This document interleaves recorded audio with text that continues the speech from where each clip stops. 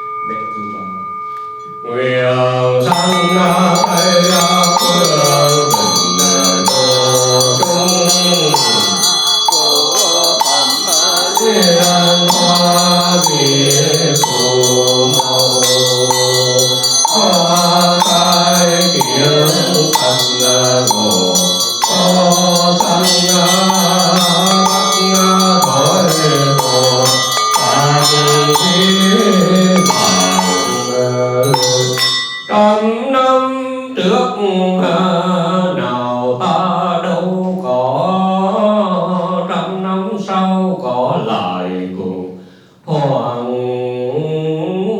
không.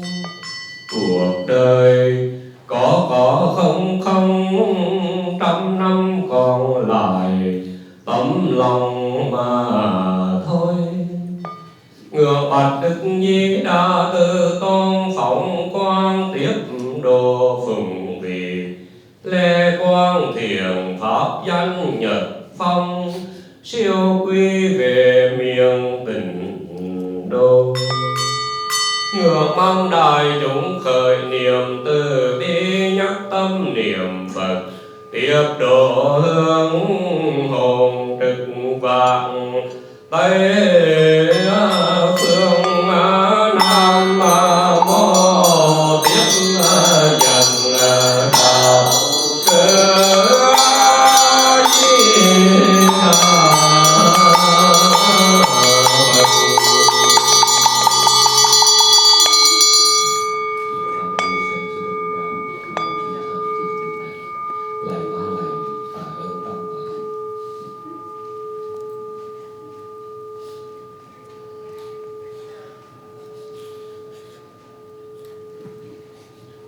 But the ceremony now is included. Thank you very much for all of you to put your heart and your mind together and pray for him. Xin buổi lễ đây là Pháp Thích. Bởi vì không còn nhiều thì phải là thiền chỉ có ngày hôm nay là thôi. Cho nên mình để gửi đến tất cả cái tình thương tận lòng và những pháp niệm danh hiệu Đức Phật A Di Đà để cầu nguyện thực hiện. Nam mô A Di Đà Phật, nghĩa là nguyện thực hiện được sanh về cảnh giới của Đức Phật để chấm dứt khổ đau của sanh lão bệnh tử. Đó là vô lượng thọ. Vô lượng quang là nguyện thực hiện được trở về với cảnh giới của sáng suốt của Đức Phật A Di Đà, không còn bị bối tâm mê mờ, là Nam mô A Di Đà Phật. Và nguyện thực hiện được sanh về cái cảnh giới mà không còn là được đạt được cái sự hạnh phúc nguyên trụ, absolute happiness. Đó là cảnh giới của vô lượng thọ. Cho nên Đức Phật A Di Đà là hiện thân của vô lượng thọ, vô lượng quang, vô lượng cảm. Và khi tâm niệm của mình niệm danh hiệu như vậy thì mình truyền tải cái năng lượng của mình đến cho vô lượng. Chúng thầy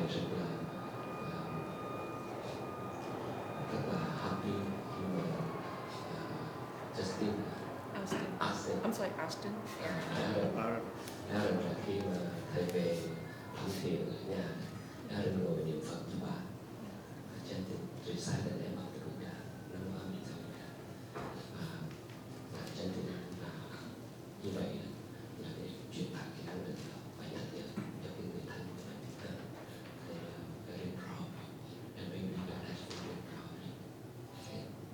Thầy biết Austin and Aaron khi còn rất còn nhỏ thì khi nào cũng đưa hai cháu về chùa, và khi nào đi ngang rảnh rồi cũng ghé vào chùa.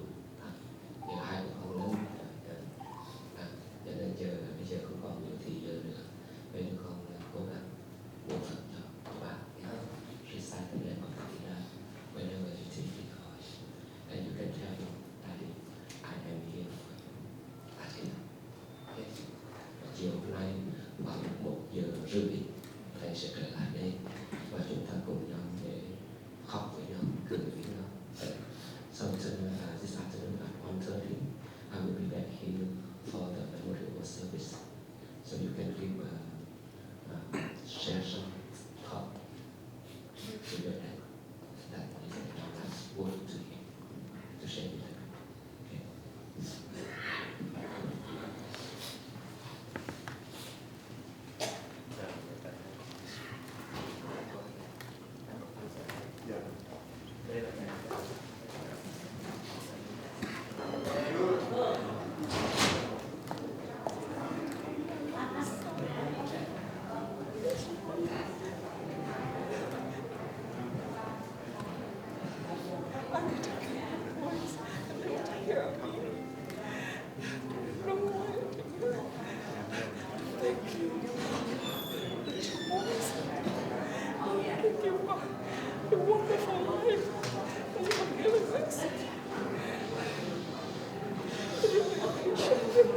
love you so much.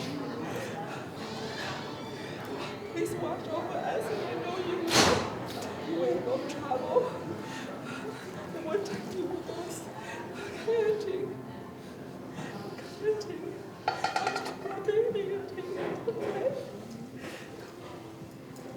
I'm the biggest baby of yours. I love you.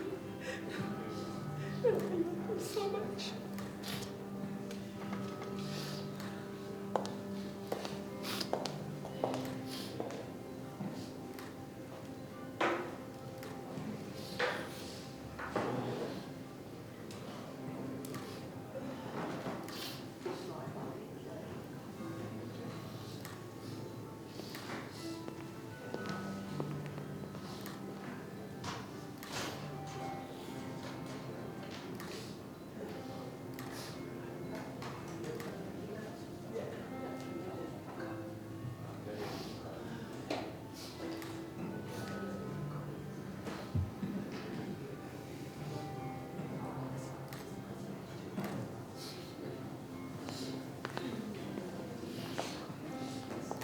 Tất cả đi. Ok, theo ánh sáng hào quang của Đức Phật nhé. Cái ánh sáng nào của Đức Phật theo đấy. Để có thể ông sẽ dẫn dắt cho con đi. Theo ánh sáng hào quang của Phật nhé. Con ơi, con đi về con gặp cha mẹ con phù hộ con gì này con ngoan nhau bình an và để mình Phật thấy nghe nữa. Good night. That's right. Oh, yeah.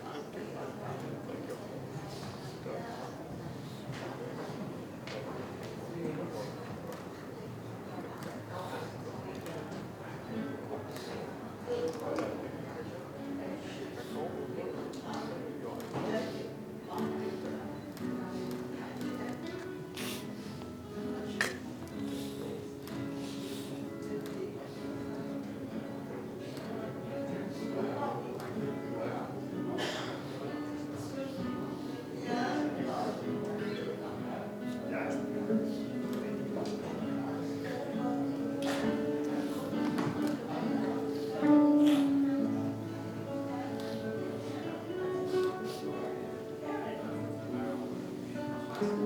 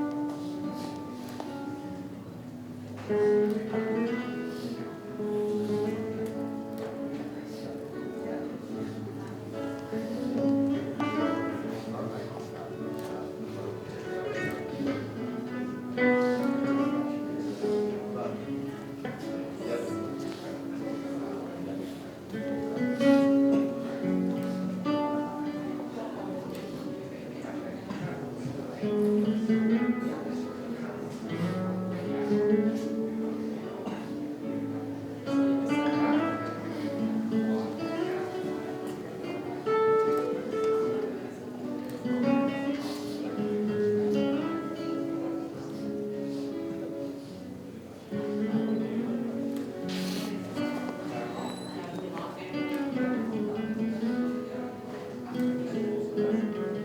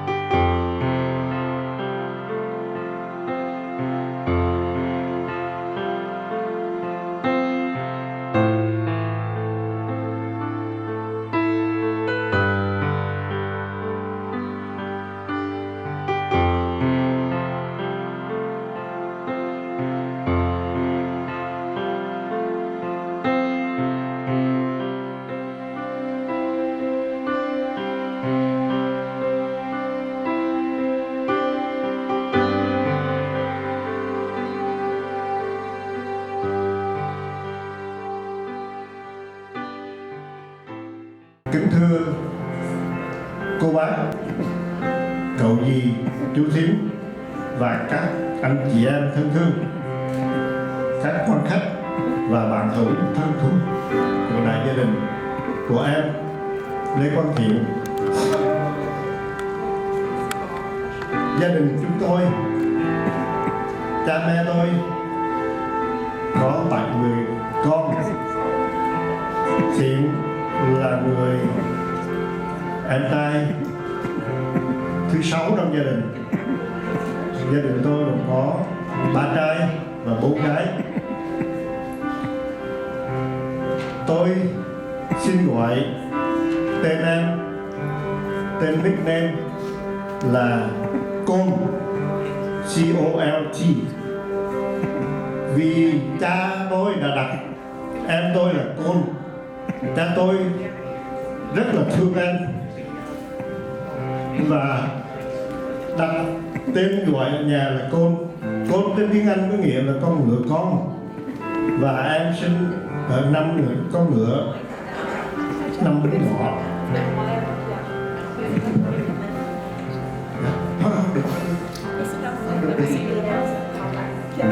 Không thể ăn hả? Xin lỗi quý vị, cha tôi rất là thương em Colt nên đã đặt tên là Colt. Vì cha tôi trong cuộc đời cha tôi luôn luôn mang theo cây súng Colt 45, cho nên cha tôi cứ nghĩ là Colt luôn luôn ở với cha tôi. Cuộc sống của Colt lớn lên trong một mùa chiến tranh khốc liệt nhất của đất nước Việt Nam.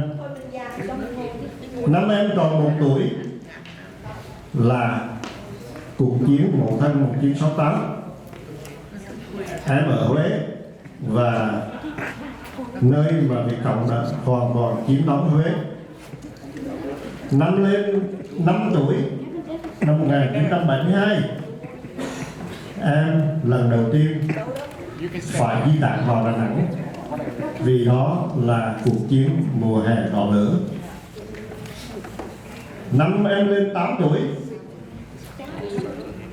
năm 1975, thì em và cả gia đình là di tản vào Sài Gòn vì đó là ngày chúng ta mất nước.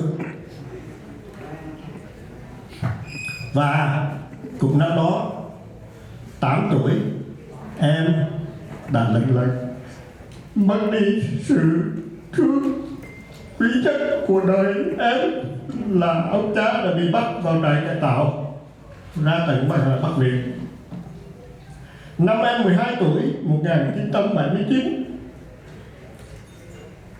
tôi và em cô đã lên đường đi vượt biển xuống tận mũi Cà Mau.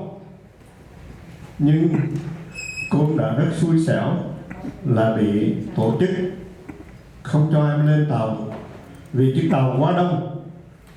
Tôi may mắn đến bờ tự do mà Lai Á và em tôi trở về lại nhà bình an từ mũi Cà Mau lên lại Sài Gòn lúc em chỉ có 12 tuổi. Vào năm 1981, lúc em được 14 tuổi, em cùng chị Cả và Lê Thị Bích Thủy đã thành công chuyến vượt biên, đã được một chiếc tàu cứu đem vào Singapore, và từ Singapore em được chuyển về tại Ga Lăng để chờ đi định cư. Trong vòng 6 tháng, em được đến Mỹ để đoàn tụ với tôi ở California, Irvine. Là một đứa trẻ năm 14 tuổi, đặc biệt rời xa cha mẹ và mái ấm gia đình để đến định cư tại Hoa Kỳ.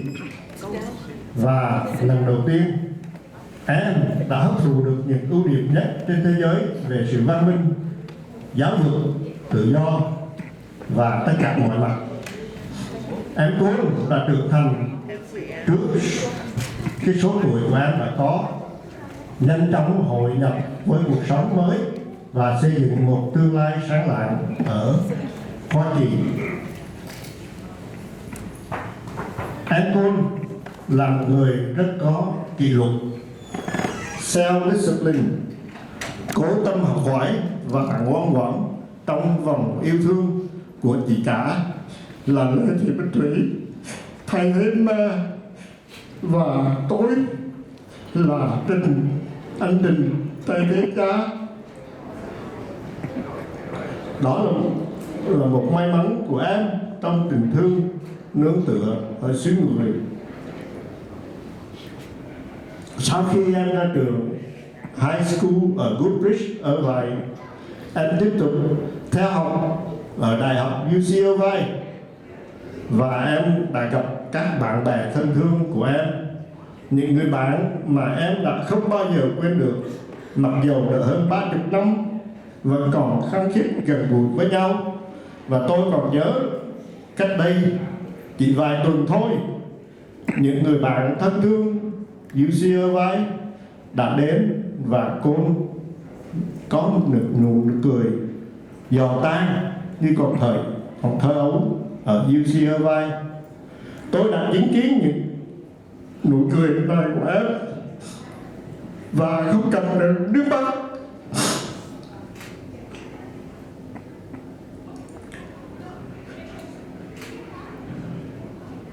Năm 22 tuổi, cô đã thành công về việc giáo dục. Em đã graduate ở Cal Poly Pomona với Manufacturing Engineer.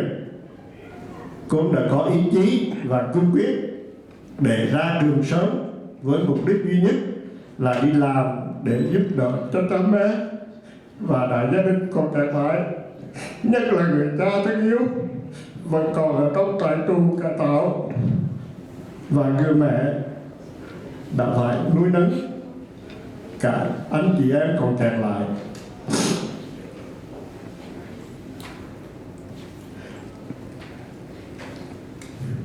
Nỗi vui mừng mà em đã dành cho tôi là năm senior level. He came home and said that anh Trịnh, em được sponsor now to the end and have a job guarantee at Parker Hannifin in Culver City. Em rất sung sướng và hạnh diện với một nụ cười như chúng ta đã thấy ở cái hình trước mặt chúng ta trong cái cổng đi vào. Lúc em được 24 tuổi, vào ngày 12 tháng 6 năm 1991 là em được đoàn tụ với người cha thân yêu, người mẹ yêu thương. Sau 16 năm, em tôi gặp lại người cha yêu dấu qua chương trình HO tại California ở vài Orange County. Em rất là happy trong thời gian đó. Gia đình tôi thật sự được đoàn tụ. Đây là một chuyện mà không bao giờ ngờ được, vì tôi cứ nghĩ rằng ngày cha tôi đi học tập cải tạo là ngày cuối cùng, vì không bao giờ biết là vì Cộng sẽ tha cho cha tôi như vậy, và không bao giờ ngờ được người Mỹ lương thiện quyết tâm thương yêu và đem cả đại gia đình của tôi, cha tôi định cư ở Mỹ qua diện HO. Vào năm 29 tuổi, tháng 11 ngày 30 1996. Cuộc đời của con đã qua một chapter mới. Con sau một năm đã gặp người bạn mà bây giờ là bạn đời, rất là dễ thương, thông minh, đã đám cưới em Nguyễn Tấn Thủy Tiên, và từ đó con đã lập lại thành một gia đình LeQuang mới ở San Jose.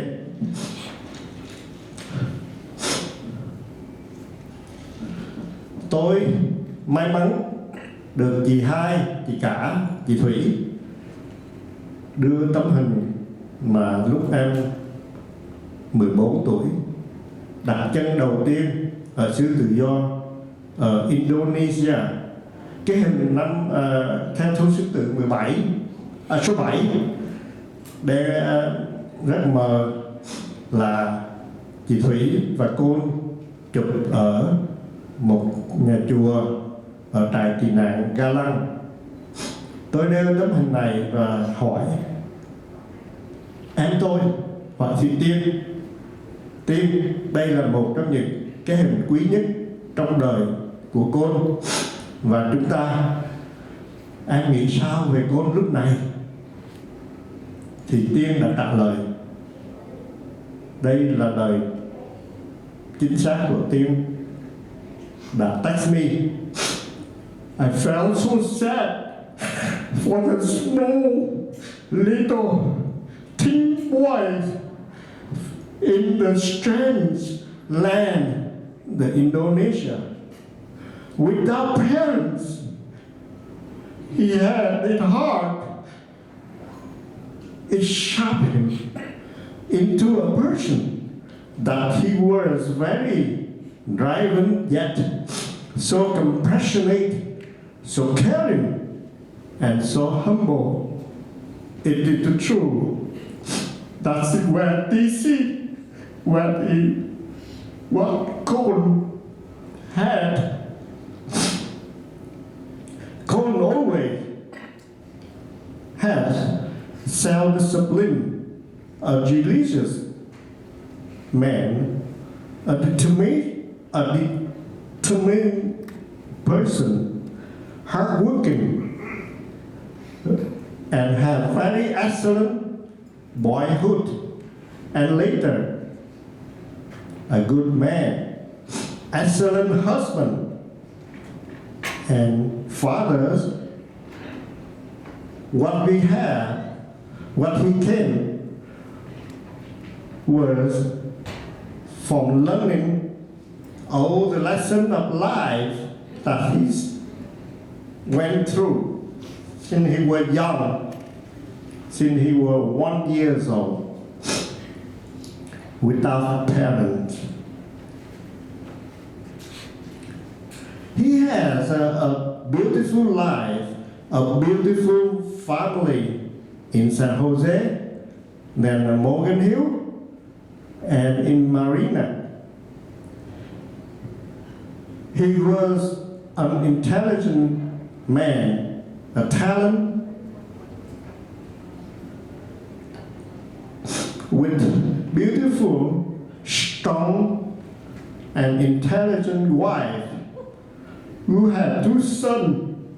Now, they are 2 young men that he carefully teaching, and from his guidance to all the young boys to follow his father's footsteps. They are very intelligent, excellent, and pursue calm or DC guidance of life. I'm very sure, positive, they will have their excellent and bright future. Now, it's time for me to end this speech, because we have to get some time for relatives, cousins who come up here. to share how happiness his life was. Nam Mô A Di Đà Phật. Cầu xin trời Phật phù hộ để tiếp dẫn linh hồn em, tiếp dẫn linh hồn TC, Côn, LeQuang Thiện sớm siêu thoát vào cuộc đời Phật. Các anh chị em tạm thời chia tay em. Nam Mô A Di Đà Phật.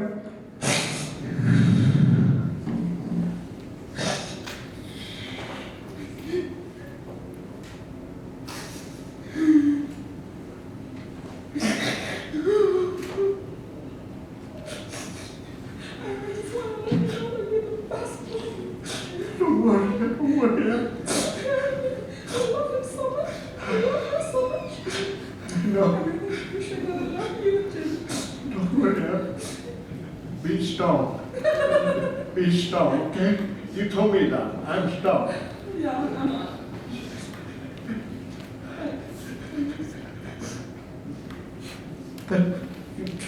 Like the relative told me don't cry. Don't cry. And I'm saying that it's abnormal. It's abnormal. I'm crying even I have surgery lately and a complication. So next time, next speech will be. Okay. Thank you. That is your. Yes. Thank you very much.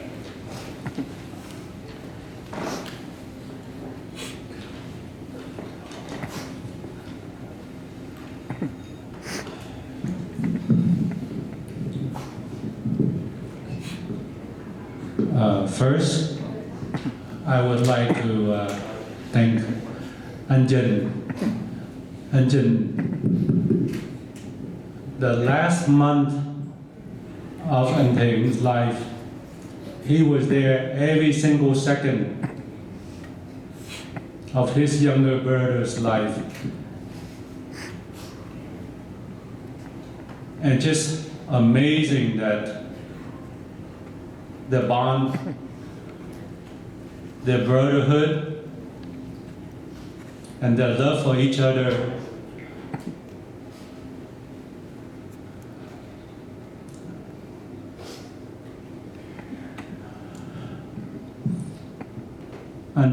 Anjan, I respect you for the time, all the love that you spent the last month with Thien.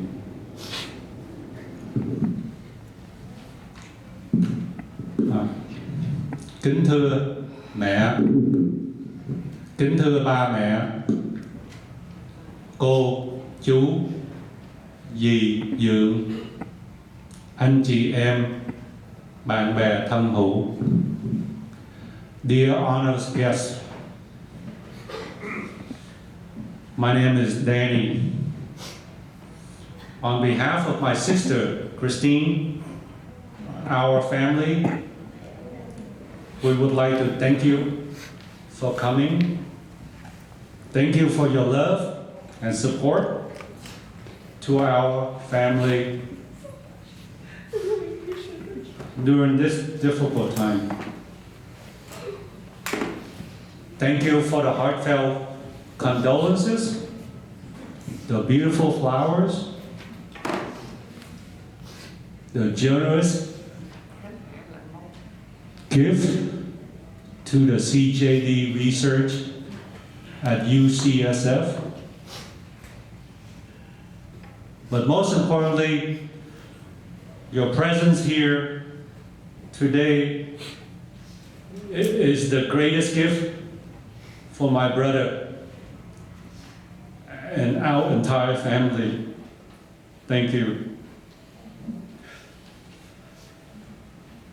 Our family is deeply saddened that our beloved brother Thien passed away peacefully, surrounded by his wife Christine, his sons Aaron, Askins, and all his brothers and sisters.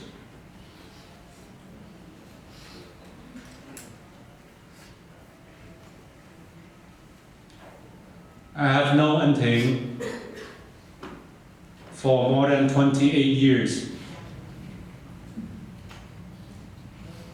You can say I live with him, I grew up with him,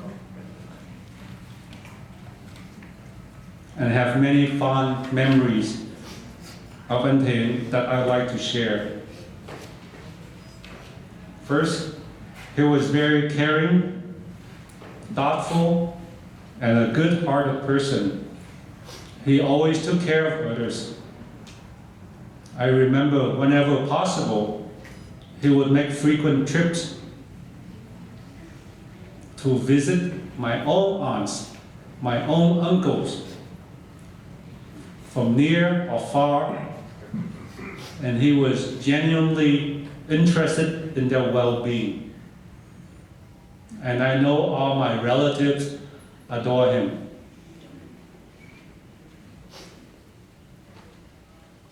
He loved my mom like his own. He would take her on many vacations. He would buy leg exercise equipment for her, knowing that her legs are weak. He set up all the handicap equipment in the bathroom so that it's safer and easier for her to use the bathroom. Last year, my mom was seriously ill because of GI bleeding and was hospitalized. And guess what? Thien did all the research of all the vitamins and fiber supplements for her to take to prevent recurrence.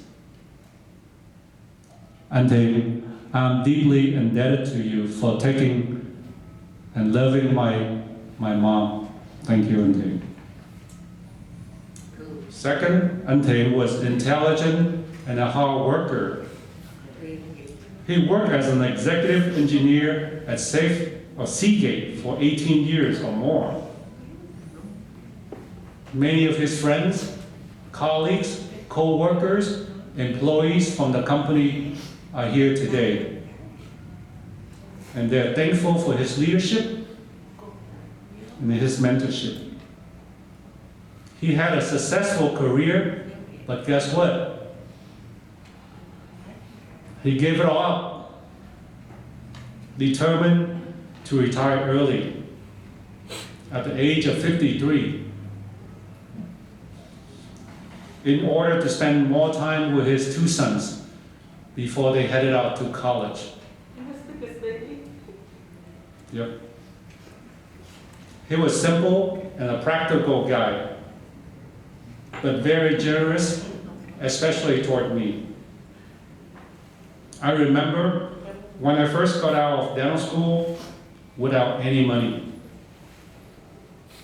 He gave me his own car when mine broke down, and I didn't have the means to buy a new car. Mấy anh chị còn nhớ the white Honda Accord? Yep, he gave me his car. For a guy, that's a lot.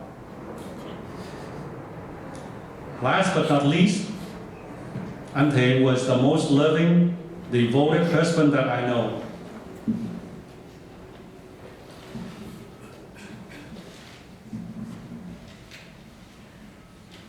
He was head over heels for my sisters, Christine. And I remember he used to buy lobster trays from the famous Furi War restaurant from OC and brought it up here to score some points with my sister and our own family while they were dating. Yep. Who was crazy, madly in love, right? I also remember my first family trip to Cancun was also organized by Thien. I think it was the most memorable trip that I've ever had. We went boating in the lagoon, in the mangrove. Our tour guide caught some grouper fishes with their own spear. And he asked them to make ceviche right on the boat.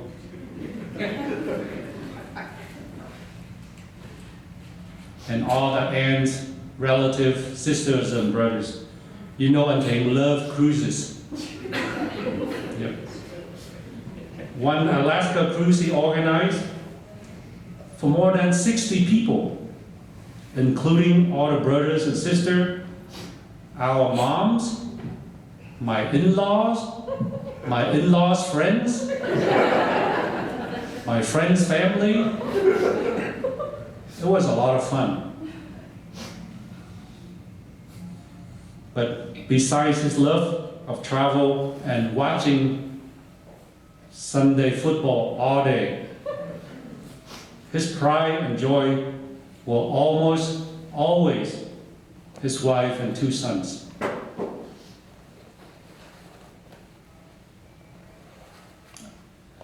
And Jin was absolutely correct. He's very meticulous. He planned his kids' education meticulously with love and wisdom from his life experiences. He got them to attend the Naval Sea Cadet Academy for a few years when they were just teenagers. And at that time, I wonder why he would send little kids to the rigorous military program or the boot camp. But then later on, I realized it was out of respect for his father, who was a high-ranking colonel in the Vietnamese South Army, and also lessen the burden of college debt for his sons. So that was his grand plans all along.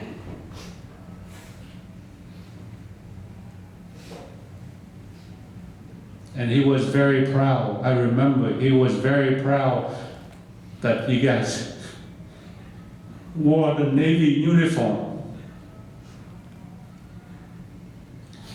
As a result of his careful guidance, Aston recently was awarded the prestigious Naval Scholarship that he will be debt-free after graduating from UOP Dental School. You know, that's a saving of almost $600,000. At the age of 20, Aston is the youngest in his dental class.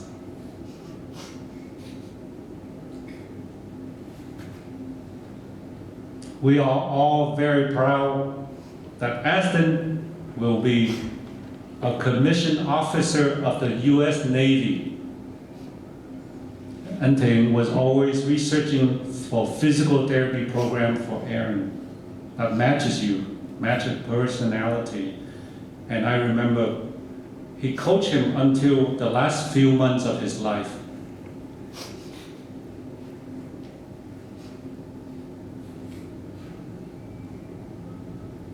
And Thien loved his family, his wife, his 2 sons were his everything, his everything.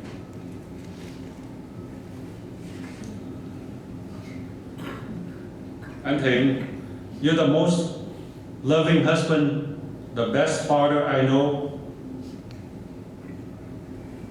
I understand that you did not have enough time with Christine, your Aaron, Aston.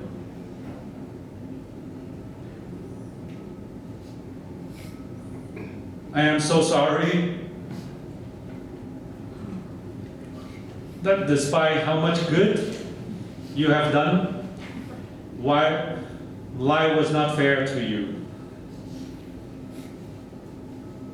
But don't worry, and we promise you that Kana and I, our family,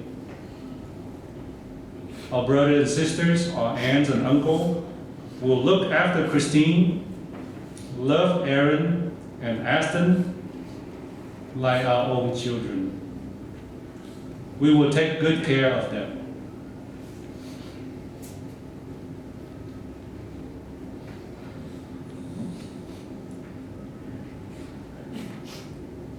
anh Thien, I know you're here with us right now.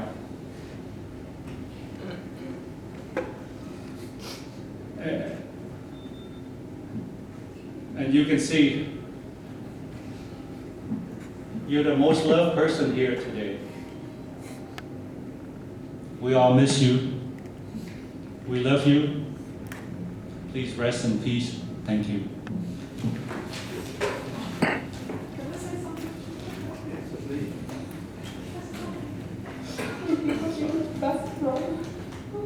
The best brother they can have us too.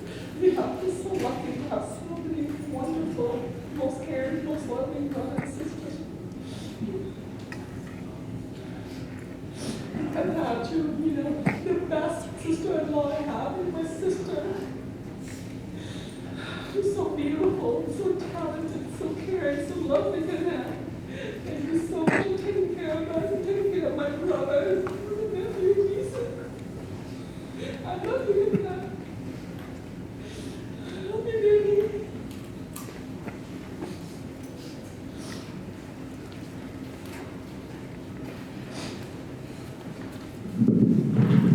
Thank you very much, Tang. As you may see, Kong has so many relatives who love him, admire him, and who are here. But the most important, our older sister, who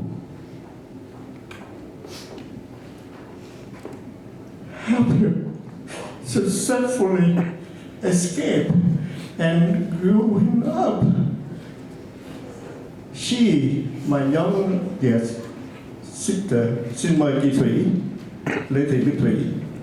She going to have some speech today.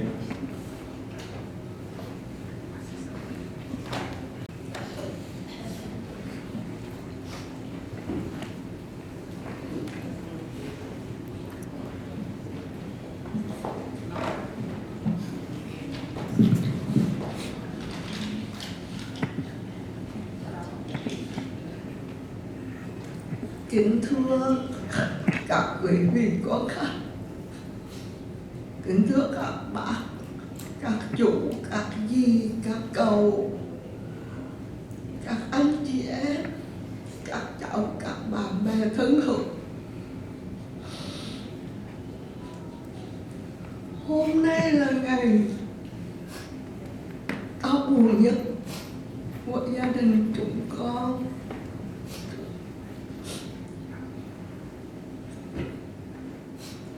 Con thay mặt các anh chị em, các em của chúng tôi có vài lời từ biệt. Em LeQuang Thien của chúng tôi. Em Thien là con trai thứ 6 trong gia đình 7 chị anh em của gia đình LeQuang. Cha mẹ chúng tôi đã hạ sinh được 4 gái và 3 trai.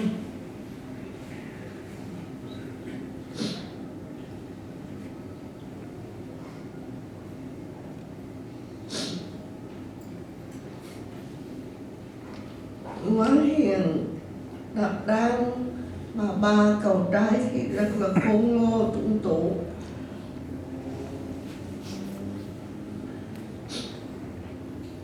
Bảy chị em chúng tôi lớn lên trong biển loạn chiến tranh và xa cách cha kính yêu của chúng tôi hơn 13 năm rưỡi trong trại tù cải tạo. Tôi được phép ra thăm ba tôi trước khi tôi dẫn em tôi đi vượt biển.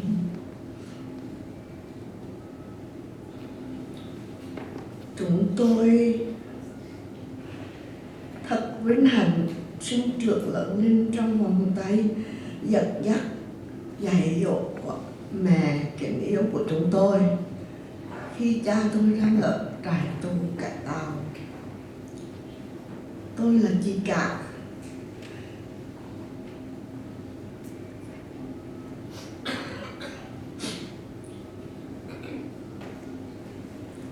lúc tôi năm 1981, em tôi năng đòi mẹ tôi cho em tôi đi vượt biên cho bằng được. Tại vì em tôi nhìn thấy cái cảnh mà bắt đi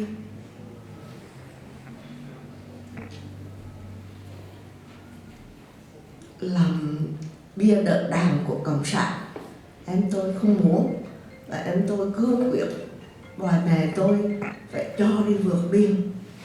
Đến năm 1981 thì em tôi đi cùng tôi, và may mắn hai chị em được tàu vớt lên và đã cứu sống em tôi, trong khi tôi và em tôi đang sốt 39-40 độ.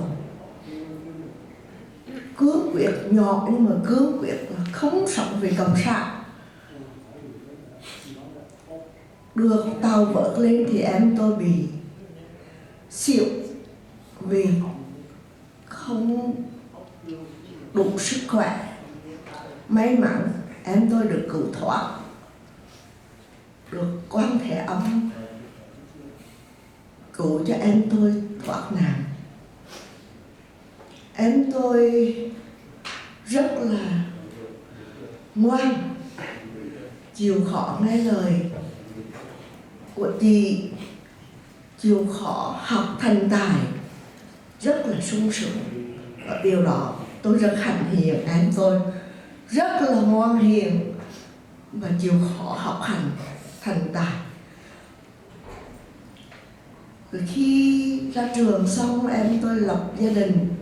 Mỗi khi mà thấy em tôi mua được cái nhà, em tôi rất là mừng, sung sướng để em tôi thành công.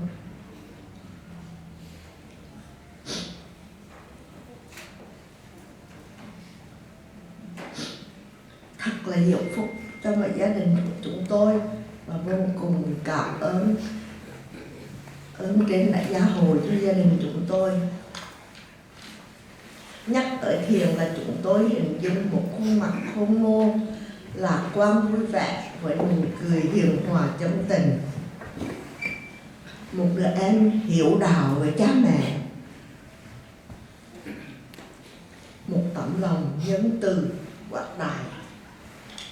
Thiền đã cố gắng và nỗ lực hết sức để đậu đạt thành tài, có vị trí chức phần cao trong cuộc sống, tạo dựng một gia đình hạnh phúc, khang trang với vợ hiền và hai con trai ngoan ngoãn vâng lời cha mẹ.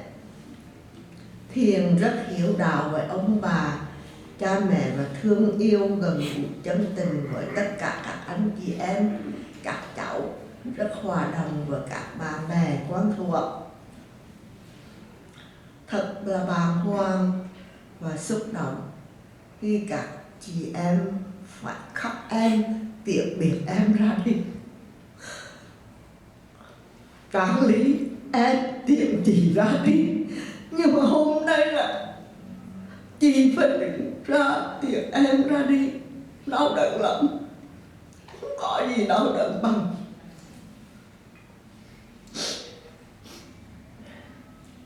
Mỗi người đều có một cái số phận.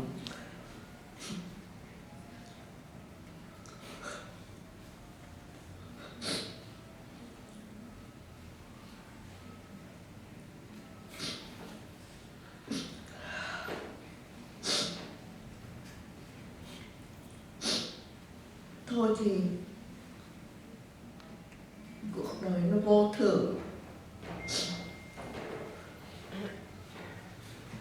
Tất cả các chị em trong gia đình cầu mong cho em ra đi được thanh thoát theo ảnh hào quang của Đức Phật đi theo. Chị chỉ cầu mong như vậy. Nam mô Tiếp Dẫn Đạo Sư A Di Đà Phật.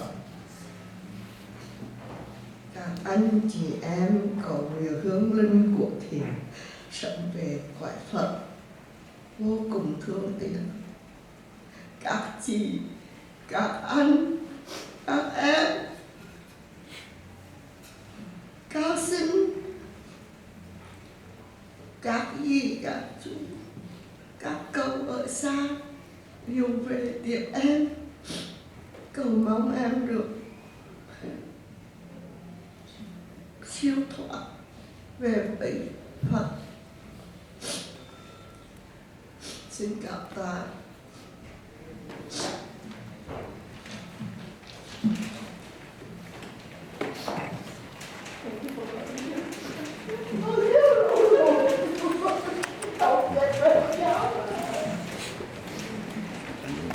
Thành thật cảm ơn chị Thủy.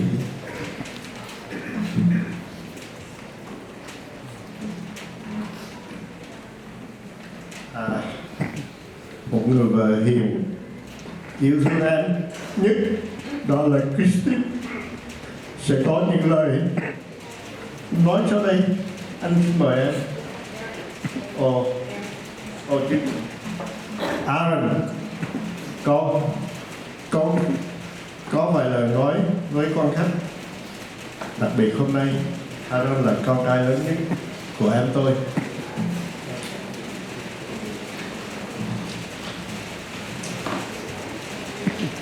Hi there, everybody. I'm Darren. I'm sure you've met me once at least. I'm my dad's son, right? First one, the oldest one.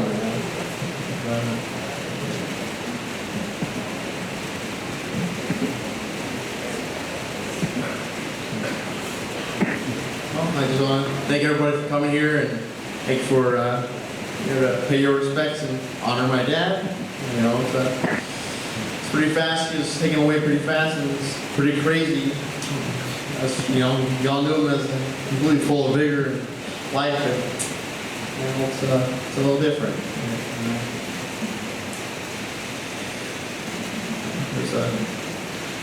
I struggle a lot, you know, trying to understand the why he was taken, but and you know, I don't think I'll ever understand why. But best I can do is look back on the robust, happy, experience-filled 21 years of life with him. But, you know, it still wasn't enough.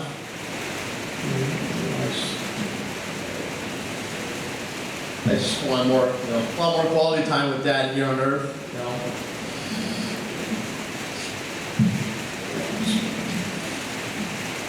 I'd love to have taken him on vacation, full expenses paid, nothing for him to worry about.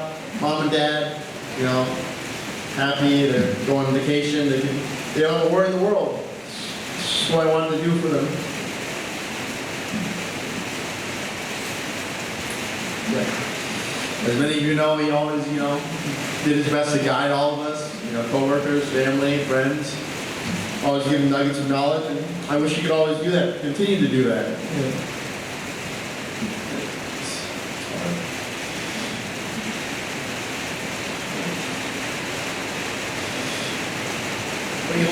He left us with so many beautiful memories and, you know, a lifetime of what could have been. And his absence will definitely obviously leaves a void in our heart that can never be filled. But I hope that we can continue to honor him with the love and respect that he deserves, and that I know for sure that we'll remember all the happiness and joy that he brought us during his life.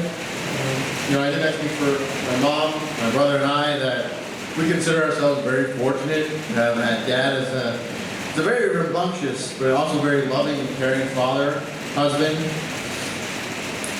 Dad poured his everything, his heart, his soul, mind, blood, tears, and guiding, raising, and teaching Ashton and I to be very upstanding and contributing members of society. You know, he was always there to support us and push us to be our best selves. And he always taught us valuable lessons and continue to do so, and they continue to shape our lives to this day.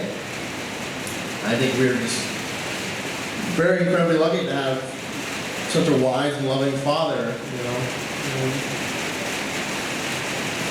But during his period of hospitalization, you know, my dad wrote down on a notepad that he would try his hardest to see Ashton and I graduate from professional school.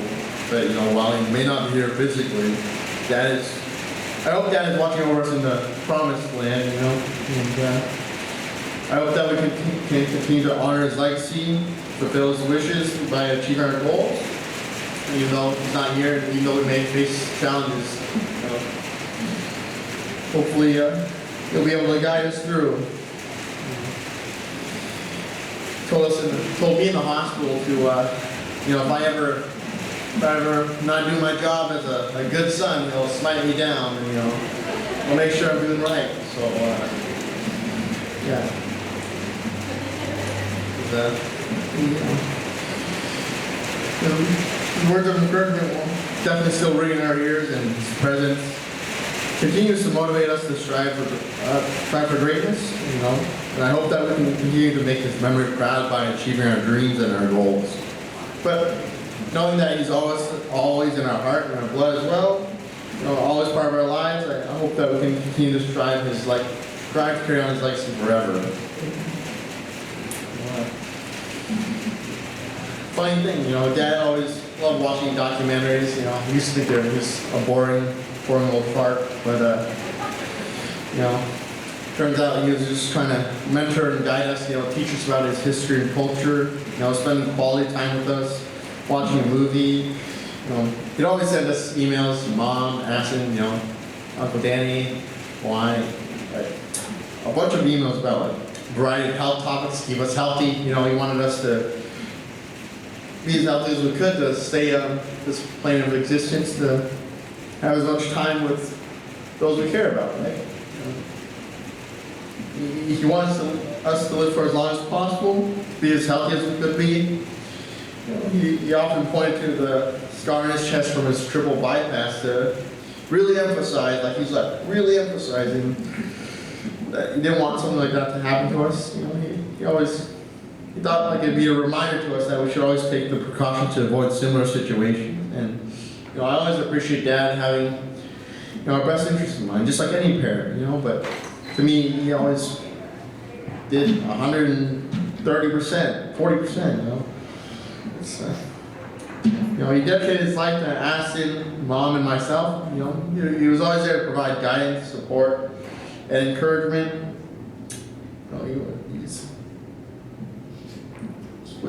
He was the one who just believed in us and had our backs no matter what, no matter how angry or how disappointed we made him. He always still had our backs. He was a great dad. Definitely whipped us into shape for sure, though. But through that, he served as a source of strength and stability during our most challenging times, and his unwavering commitment to us was an epitome of selfless act of love. And I'm sure many of you know, Dad always had this boisterous, very loud laugh. Right? No matter how far away you were, you could always hear it. You knew something was going on. A lot of joy and optimism shared. He'd always consistently show us how much he loved us through his actions. For example, Dad would always stay up late helping me with homework. No matter how exhausting work he was, like a long rough day, he's like, "Hey son, I'm still here to help you out with homework." He'd never fail to make time for our special events, no matter how busy he was. During this time, we're looking through pictures, right? Dad, and I saw a picture of Aston's birthday party.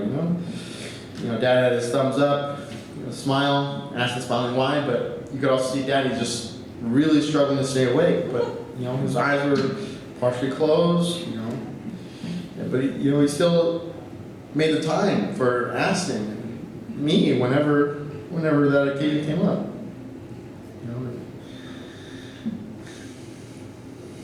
He always worked diligently and tirelessly to retire early and have the financial freedom to enjoy these experiences with us. He was determined to appreciate the sights and sounds of different cultures with us. He always wanted to take us on to amazing things to show us the world. He was always eager to travel with us. Always wanted to spend time with us and share new experiences with us.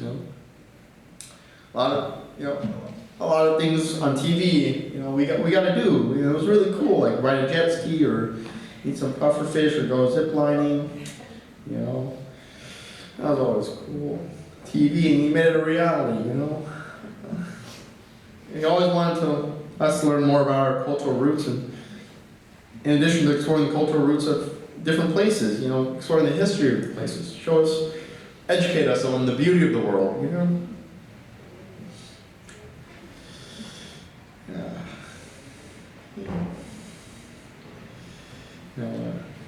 You know, during the time in the hospital of Dad's hospitalization, it was really hard, you know. But he always did everything he could to be there and be present with us, be a dad still, no matter what he was going through. And he was always happy to see us walk in the hospital room. Is, you know, we got a corner window, but it didn't match the ray of sunshine from his face whenever he saw us walk in. Just all this hope and positivity of, you know, I'll be okay, son, you don't have to worry.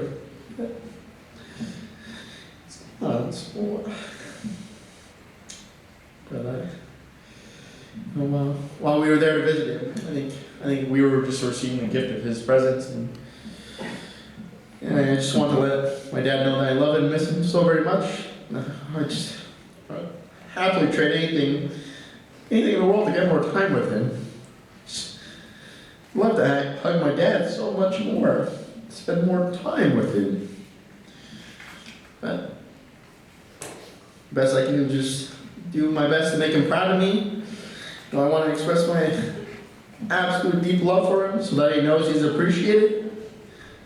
I want to tell him that how much I love and cherish every moment I have with him. That he's the best father I could have ever asked for. You know, I want to make sure that he's aware of how much I care and that I'm extremely grateful for all he has done for me. I wish for my dad to know that I'll do my duty to help take proper care of my family. He left some pretty big shoes to fill, so it's a challenge, but you know, taught us a lot, so I'll be okay. I just want to make sure that he knows that I always strive to live to his high expectations, and the most important thing is that I want my dad to understand that no matter how much time passes or how old I get, I will never forget all the love and support he has given me throughout his life. And I hope that his presence was a gift that truly brightened the room. Always filled with warmth, joy, and love.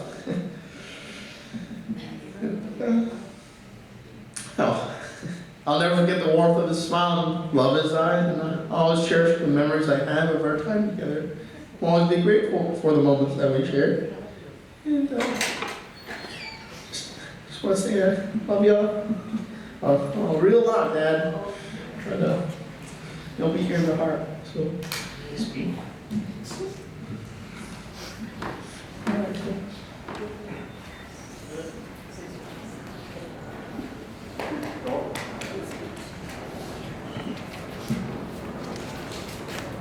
Thank you, Aaron. You're the best. You are 99%. What golden hair? 1% difference.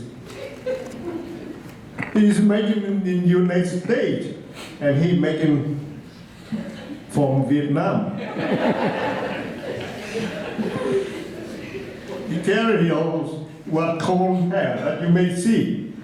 He's almost 99%.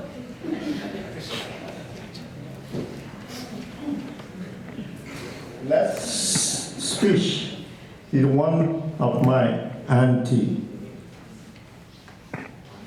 Please, I would like to invite Yi Hồng Diệp.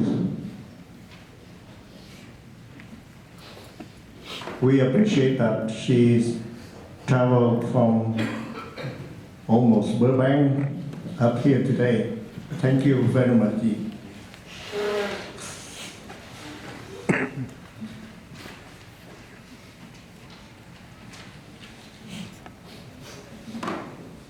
Kính thưa tất cả các quý vị thân hữu, cùng các anh, chị em và các con, các cháu. Tôi là Võ Thị Hồng Diệp, là chị thứ 6 trong gia đình của tôi có 14 người. Tôi xin đại diện cho các cậu, các dì ở Việt Nam, ở Canada, ở Pháp để đến đây mà rất là xúc động khi các dì, các cậu, các bác lại đến để tiệc đưa chào cốn.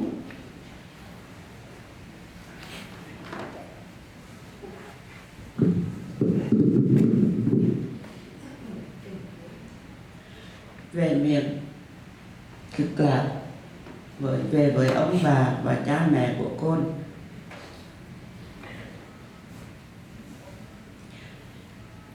Chị cả Hồng Trang và tôi thật là hữu duyên sinh hạ 2 cháu trai khôi ngô tuấn tú. Tháng Giêng năm Bính Ngọ 1967, chị Trang tôi sinh ra cháu Côn, tức là cháu Thien. Ở nhà cứ kêu Côn thì cứ gọi là Côn. Thì khi mà biết đứa cháu nào tên gì nữa, cứ Na là Na, Trình là Trình, có thiếu chữ cũng Trình nữa.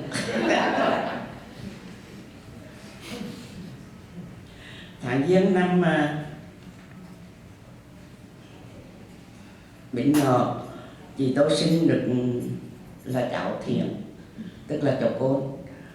Rồi sau đó một tuần thì tôi sinh cháu Bơ và cháu Rôn, tức là Bơ, tức là Nguyên. Chứ già rồi 81 tuổi rồi, thành Nguyên. Xin lỗi quý vị.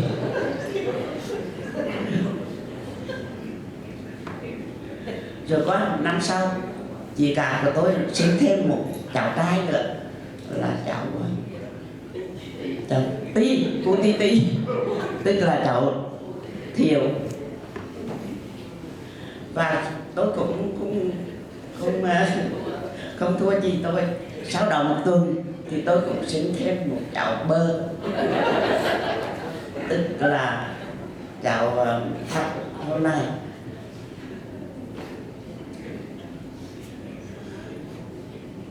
Và cháu Côn của chị Trang là cháu út, còn của tôi thì cháu thứ hai. 4 đứa cháu Ti, Côn, Bơ, Rôn lớn lên rất gần gũi nhau từ Việt Nam cho đến khi qua Mỹ định cư tại Mỹ. 4 cháu rất là thân thiện gần gũi nhau và học hành đã thành tài, độ đạt thành tài. Dì thì luôn luôn nhớ đến Côn khi nào có cái khuôn mặt vui vẻ, hiền lành và rất là chân thành, yêu đời và rất hiếu thảo với cha và mẹ. Con đã tạo dựng nên một gia đình hạnh phúc và một cơ sở vững vàng cho vợ và 2 con. 2 con của con sẽ tiếp tục vấn đề và sẽ thành công theo ước muốn của con. Con ơi, đời là thật bất thường và mọi người chúng ta sẽ không ai tránh khỏi sinh, lão, bệnh, tử. Dì và chú và các em chỉ biết cầu nguyện cho hương linh của con sớm siêu thoát về cõi Phật.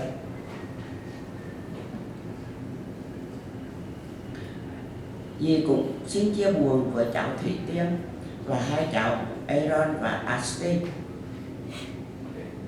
trong một sự mất mát lớn lao này. Nam mô A Di Đà Phật. Dì Hồng Diệp.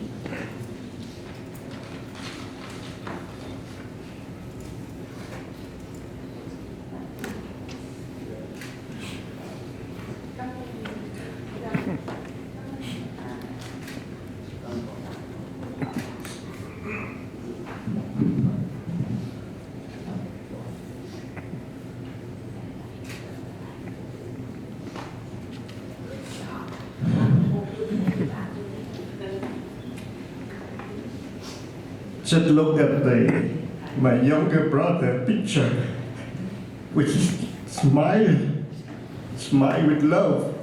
I know he is somewhere there. He loves us, especially with our relative. Next speech is my younger my daughter, Tanya LeQuang, Tang.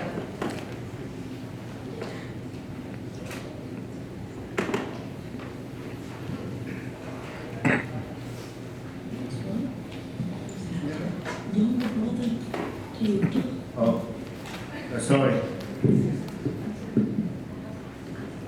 Sorry. I had a little bit vision problem. Please. I'm sorry I had to take care of my brother. He's good, but he just had the surgery eye, and then he cries too much. And we convince him, please stop crying because his surgery had to be canceled for 3 days because he keep crying, okay? And then I know we love my brother so much, but he do our best, and he represent our dad to take care of my brother. And then, sorry today I had to take over for him because he missed the most important thing that he can read. Okay, sorry about that. So the next one is, I would like to introduce you the son of my brother, Thien LeQuang.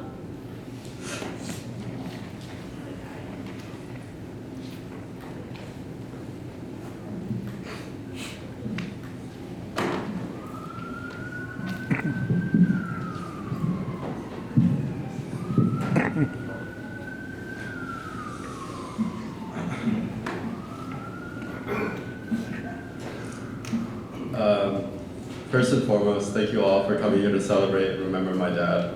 I'm sure you would have loved to see everyone here today. Although he passed way too suddenly, it is definitely such a blessing to have known him my entire life.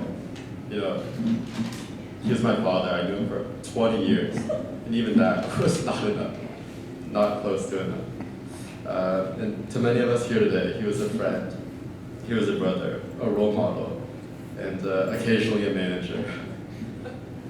And I would like to take this opportunity to describe him as a father. To me, he was the very first person I turned to when I needed any sort of advice. He always had that sort of quality. He always had some sort of relevant story that he'd try to tie in. And I'll be the first to tell you that some of these stories could last hours. You could talk your ear off about anything and everything. But that's what made him him. His generosity in many things, especially his words. I would give so much to hear him tell me again how he, escaped from Vietnam or how he met my mom. He did a lot with lobster and good looks. If he could, I have no doubt that he would tell you over and over how much he loved and appreciated each and every one of us here today. Even in sickness, his strongest, clearest words were that he loved us. I still remember him in the hospital bed. He couldn't tell us or pronounce, the date, right? But he'd always say, "And you am," like strongest, clearest words I've ever heard him say, "And you am," over and over and over. And he really didn't hesitate to show his love only with words. He also loved to take action. And one of my earliest memories is when I was younger, our daily tradition of hide and seek. He'd always come home, after a long day, 8 hours of directing and engineering. I still don't know what he did for work. But he'd always come home tired. But my brother and I would make it a tradition to hide in the house somewhere, and he'd always try to find us. And many times my brother would give us away with his giggles, so that's how I will remember him. Someone who would selflessly love his family and friends without fail. Whenever I told him that there was some sort of food I liked or something I wanted to see, I could be certain that I would come home to a seemingly infinite amount of it. Certainly way more than I knew what to do with. That's just who he was. He did his best to support me, to guide me, to encourage me when I couldn't do it on my own. And I'm sure you have stories that you can relate to. That would show you what I'm trying to say. He was loving, he was committed, and he is an inspiration. He's the image of who I want to be, and while I will never have had enough time with him, I'm grateful for the years that I did get. In closing, my dad will be deeply missed and constantly remembered. We are his legacy, and he cannot be forgotten. In a short time on earth, he's forged a permanent mark in our lives, and I know that he will continue to guide us forward. May he rest in peace and watch over all of us here today. Thank you.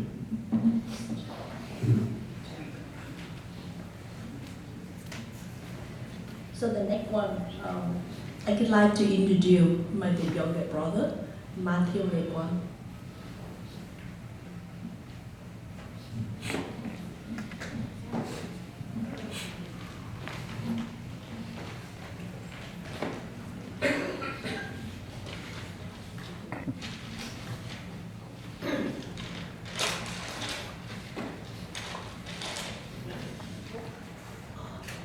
Hello everyone, I'm Matthew LeQuang, TC's younger brother, and on behalf of our entire family, we'd like to acknowledge and give thanks to everyone here from the bottom of our hearts, and all of your condolences, love, compassion, precious time spent today with us, and our beloved brother has been such a blessing to our family.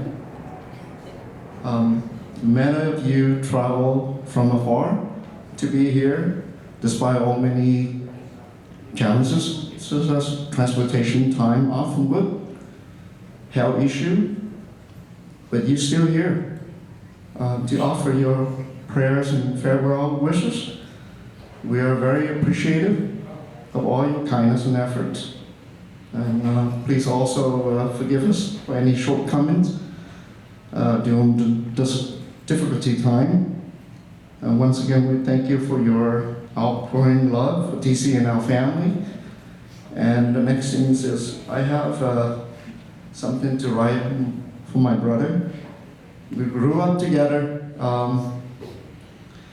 My apologies to non-Vietnamese, because this is for me to him.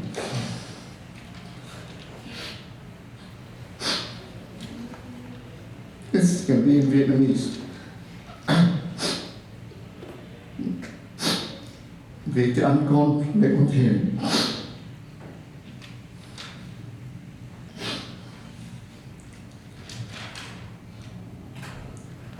An lòng anh đi, người anh và người bạn đã từ biệt nơi này. Anh đã đi tới ngút ngàn xa xôi, một cuộc đời với hạnh phúc và thành công. Nhiều dự định trong tương lai đã có. Tiếc thương anh, số mạng đã an bài. Anh con tôi đi thật rồi đấy.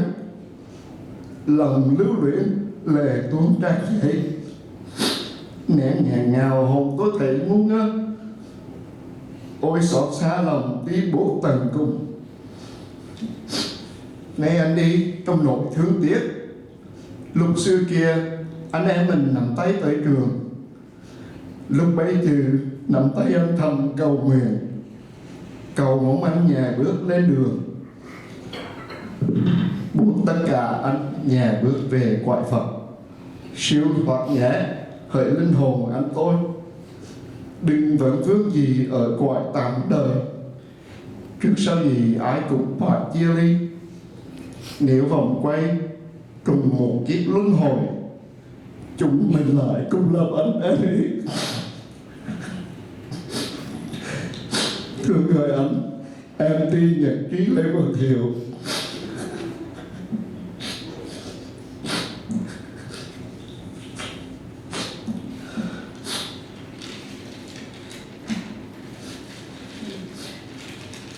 Con và Tí là hai cặp bà chồng khi nào cũng có nhau. Bà bé sự mất mát của con làm Tí rất là không chịu được, khóc ngày khóc đêm. Thôi thì không một người một số mạng, Tí lại vượt tốc theo thầy dạy. Con vẫn sống với chúng ta mãi mãi nhé. Cảm ơn.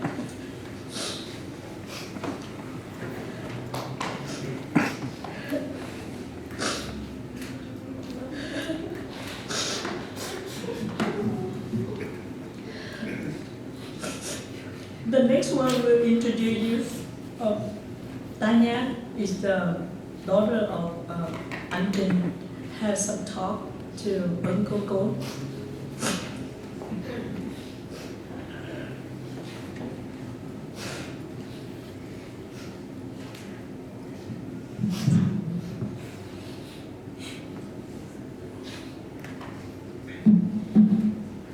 Xin chào.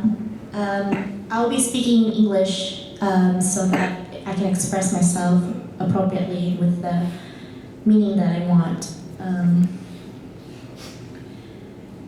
So like a hexagon, Juko was a man of many sides. And just to name a few of his 6 best qualities, I remember him. He was a leader, a mentor, a man true to his word, a big foodie, or food connoisseur, and the 6th of a family of 7 aunts and uncles. To me, he was a mentor and a resource during my college and young professional years, giving me tips on how to conduct myself during interviews, budgeting, and cover letters. And even when I didn't get a job offer, he'd be very quick to reassure and comfort me that to take any setbacks as a learning lesson and move forward. He was a man who taught me to have thicker skin in mind and spirit. And as they say, for immigrant families, we always want to leave the generation after us in better hands than the past. And one of his greatest gifts is leaving his sons, as well as I, opportunities that not many families had. A guiding hand, freedom of choice, and upward mobility.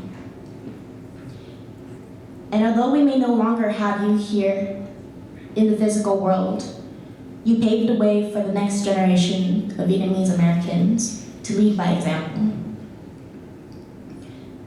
And I'm glad and lucky to have you, Chuko, as my uncle, and may your spirit continue to guide us and bless us with good health. Thank you.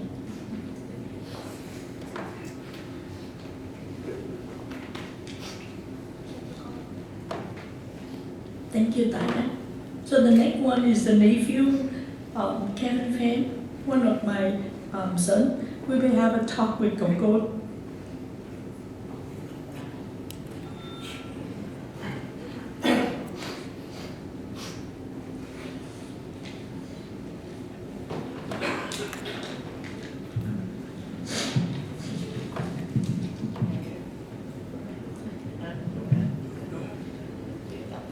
Hello everyone, my name is Kevin Kokon. A few words for Kokon. Kokon was my uncle, but he was also a great friend of mine, a mentor, and someone I respected dearly. To me, what I loved the most and respected the most about Kokon was how he was always willing to make time to share his experiences and successes with us. My fondest memory of him was when I was visiting him in Morgan Hill. And why it was my fondest memory was it was just me, him, no TV, the Wi-Fi was broken, so we just sat there and talked for hours.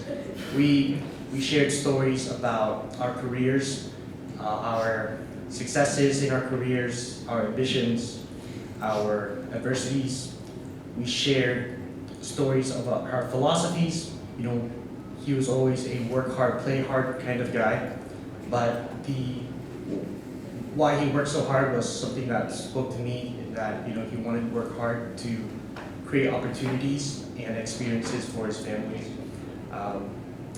We shared stories about travel. He loved to travel, and those were what he loved to spend time with his family on. We shared stories about our food, and I remember telling a silly story with him. It was on the Alaska cruise. It was me and 3 10-year-old boys, my little brother, Aaron and Aston, and I told them that, on lobster tail night, the waitress got so mad at us because we ordered so many lobster tails, and it was just us 4 boys, and now I know why he laughed so hard at that. We shared stories about relationships, about investments, books that shaped his career and his life, and I will hold those conversations and those experiences that I had with him very closely to my heart.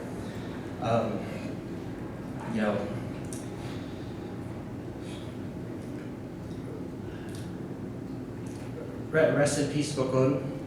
I will always remember those conversations and those experiences that we shared. Thank you. So the next one is a Northernist. He's a younger one in Islanders. Natalie.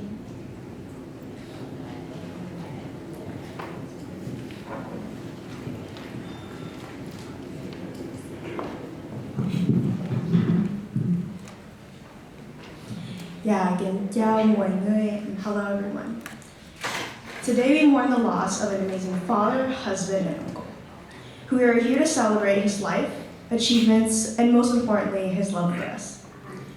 Gokon was a man who embodied the true meaning of family, showcased great hospitality, and had a deeply caring heart. His commitment to his family was evident in everything he did, and his selflessness always put his family needs first. Go always knew how to lift our spirits up when we were down.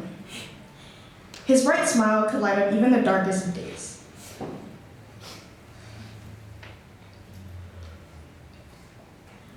When I was 10 and became more involved as Bawai's caregiver, I remember her feeling frustrated and sad at times because she couldn't do the normal daily things she used to do. Yet when Gokon would visit, her entire family would turn upside down. She would get so excited to see him and say, "Mẹ rất mừng gặp lại con." Gokon gave Bawai strength when she didn't have much.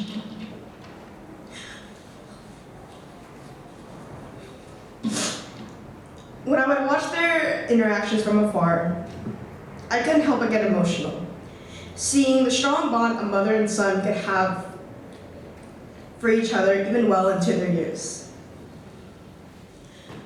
Go always held a tight grip on Bawai as he supported her during walks, researched her medications to inform her and everyone else on how to use them, and of course, being a great listener while she would get doing for hours and hours on end. A personal memory was when he encouraged me to ride a bike without training wheels during the family bike ride. Sure, I was around 11 or 12 at the time, but I rarely biked since I was afraid of falling. I felt discouraged since the rest of my family were up ahead and I wanted to catch up. Go noticed me struggling and pulled me aside. He told me not to give up, look ahead, and trust myself to pedal normally. I was extremely hesitant at first, but took his advice. I did a couple practice rounds around a small area as he stood there patiently waiting for me, while the rest of the family were up ahead. Eventually, I got comfortable and pedaled away like there's no tomorrow, with Go pedaling right by my side. This advice in believing yourself and not giving up became a motto that does not only pertain to bike riding. It is a life motto that I live by and many others should do too. When times get rough and challenges arise, I would always remember what Go said and keep on pushing. This was just one example of many pointers he'd give to us nieces and nephews. He always wanted the best for us and wanted us to succeed. We're so lucky to have such a supportive uncle that we could ever ask for. Go. Whether it was organizing fun, memorable family gatherings, and occasional family FaceTimes, you were always there for us. Your selflessness will always be remembered, and your legacy will forever be cherished. As we say goodbye, we take solace in knowing that you are now at peace, reunited with Awai and Bawai, where Bawai greets you with, "Mẹ rất mừng gặp lại con lần nữa." Your jokes, empathy, and determination will never be forgotten. We will miss you terribly, but your memory will live on in our hearts forever.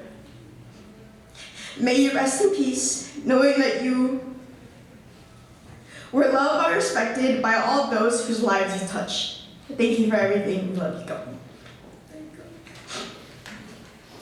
I believe the last one is one of the nephew, the youngest nephew in our LeQuang family. That's in my son, Derek Tang.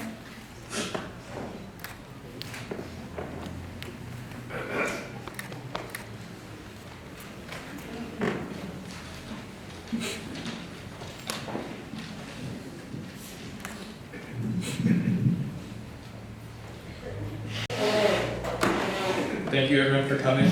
My name is Derek, and I really appreciate all of you taking your time here out of your busy days to come here and pay respects. A mentor, coach, and loving uncle. That was who Kokon was to me. No matter the subject, if I ever needed any guidance or advice, he was the go-to person who I could put my entire trust in.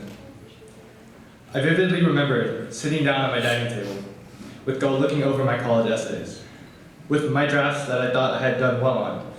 I didn't expect to have many changes to them, maybe a few edits here and there. Little did I know that I would be humbled as he opened my eyes to what could be better, what could be improved. After a few revisions later, I made it. I managed to get into a great school with his help. Resumes, business ideas, and other professional topics, Go was the man. But he was so much more than that, though. I remember watching the World Cup with him, seeing how energetic and into the game he was. Even then, he would explain why one team was better and which player to watch. I can only remember having the biggest smile on my face, listening to his face light up whenever he can impart his wisdom to me, whether it be for serious or lighthearted things. His love and support to push me to greater heights than what I ever imagined possible is something that will always carry with me. Whenever I find myself stuck in the crossroads of life, I would always think to myself, what would Kokon say? What would he do? And that, I think I'm going to continue asking that for the rest of my life. Go, I love you. I know you left everyone in good hands. Thank you.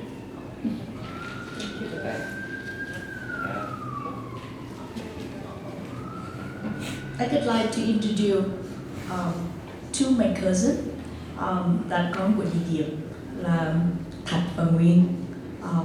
So this is one of my mom have 2 boys, and the same with my sister. My aunt had 2 boys. So I would like 3 of you come up here so everybody see who they are.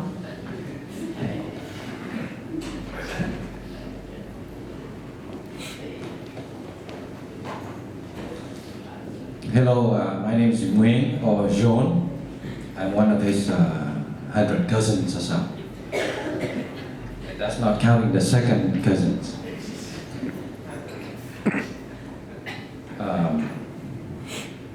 I was born a few days after he was born. So imagine we were little boys laying in the rain, often naked. No iPhone, no iPad at that time. Those are memories that I had with him, his brother, and my brother. We were called the 4 Musketeers.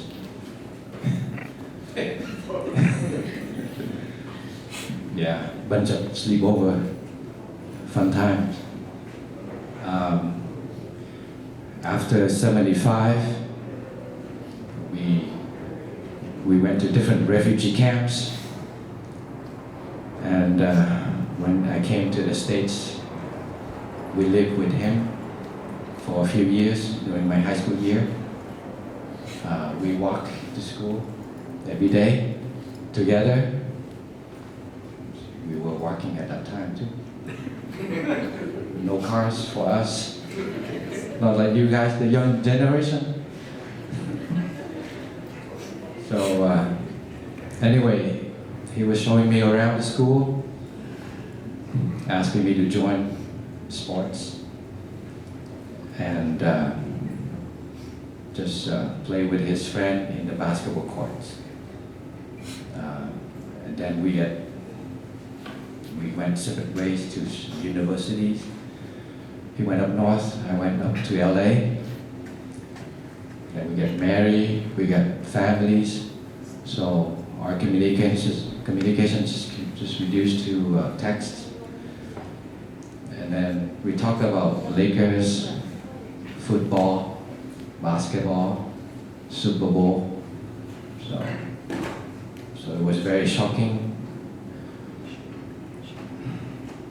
Tin tức như là sáng lạnh, trọn vẹn mặt mày. Không ngờ anh mình đã qua đời quá sớm đấy. Thì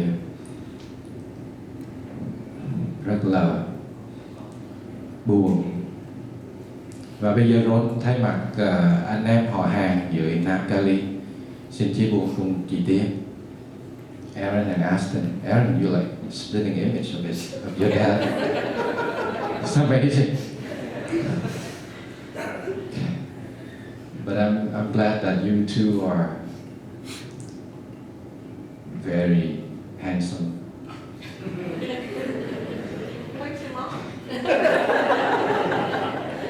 Just like my cousin, Uncle. And you Thien also. They gave you a height. Okay. So, without further ado, I'll let my brother say something. Awesome. Thank you.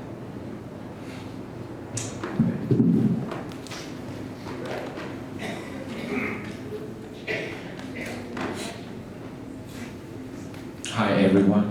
My name is Tang. People call me Mơ at home. And let me tell you briefly why they call me Mơ. So my nanny, when she took care of me when I was small, my dad was an engineer, civil engineer, so he wanted something that lasts for a long time. So my dad named me Thien, like a Thien, right? But my nanny doesn't understand English, so he said Mơ. So that's why I got the name Mơ. Now you all know, right? Yes. But every time I visit my cousin, they said, I don't want to go Thang, I want to go Mơ. So I'll be brief. I have some fond memory of Uncle. I still remember very, very vividly back in summer 1985 when I came to this country. It was in Irvine. So Uncle is so poor at that time, and he bought some dumbbell to work out in the restroom. And in the restroom is a mirror, so he was doing like this. Oh my God, he was so buff. He was small, but he was like Vietnamese Bruce Lee. And I was telling myself inside, oh my God, I wish I had your body, so I flaunt with a girl. So one day he brought me to Ralph, I remember, on Culver in Irvine, the same summer, and he bought some protein bar, right? Because he wanted to get weight. So from afar, there's a girl, a blonde girl, all the way over there, and he said, oh my God, I'm gonna hide from her. I'm gonna hide from her.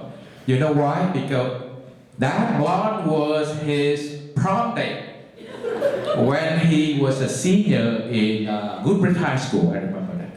So he told me in Vietnamese, Bơ, you stay here. I'm gonna hide away from the girl. When she left, I'm gonna get back to the line, I'm gonna pay. Just a little protein bar. I remember he loved that brand so much. He just bought one brand. Oh my God. So he said in Vietnamese, I remember vividly, he said, nhỏ đó nó muốn ngủ với tao. Nhưng mà tao lỡ có bầu là tao đời tao tan. So Uncle was so determined. You know, he was a determined man. He came to this country for freedom and he wanted to get the education first. So that is his main goal, right? He doesn't care about girl. He was hard, you know, he was tough, right? Okay, so the next one is just briefly, I had a quintuple bypass surgery back in May 2021. Quintuple, that's really bad, but I survived. Then, after 6 weeks, I came back to work, and I remember it was Sunday, June the 27th, I still remember that. He called me. He called me and we talked for 2 hours. And you know what he told me? He was telling me about how to escape from Vietnam. Kẻ đường vượt biên. Hai anh em nói chuyện 2 tiếng luôn. Oh my God. So that's why I know how he came to this country. He never told us that. Then it was shocking. Like mid-September 2021, and I was checking my text, and he texted the whole family, the whole cousin, and you know what he said? He said, become a zipper club. Because he viewed zipper like the goon, you know the searching goon, and mine was 6 inches long. But he was 8 inches long. It was so long. And we laughed at it, and I told him that I was telling him Vietnamese, ủa sao cái này nó lau nhạt quá vậy, nó đậm quá vậy, lâu quá vậy, nó đậm quá. So he was joking and he was laughing. He said, don't worry, we're going to treat it as a tattoo. Oh my God. So Uncle was a humorous guy, you know, I love him, you know, he was determined, he was very fun guy. So that is my fond memory with him, and Uncle, rest in peace.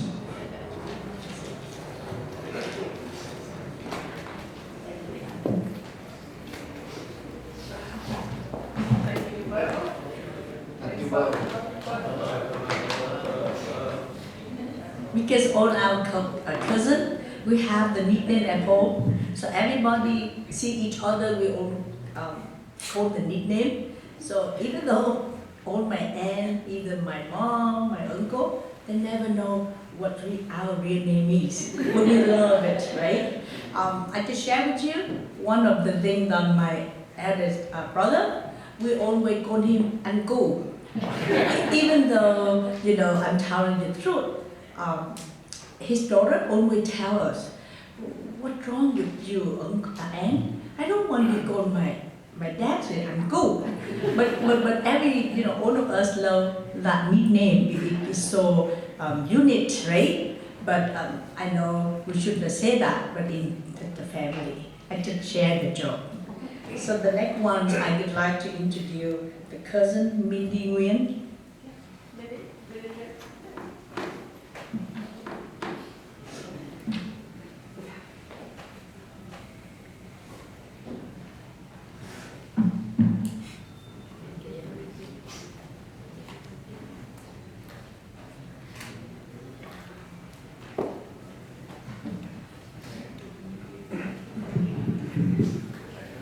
Dear honored guests, I'm Mindy, Christine's cousin.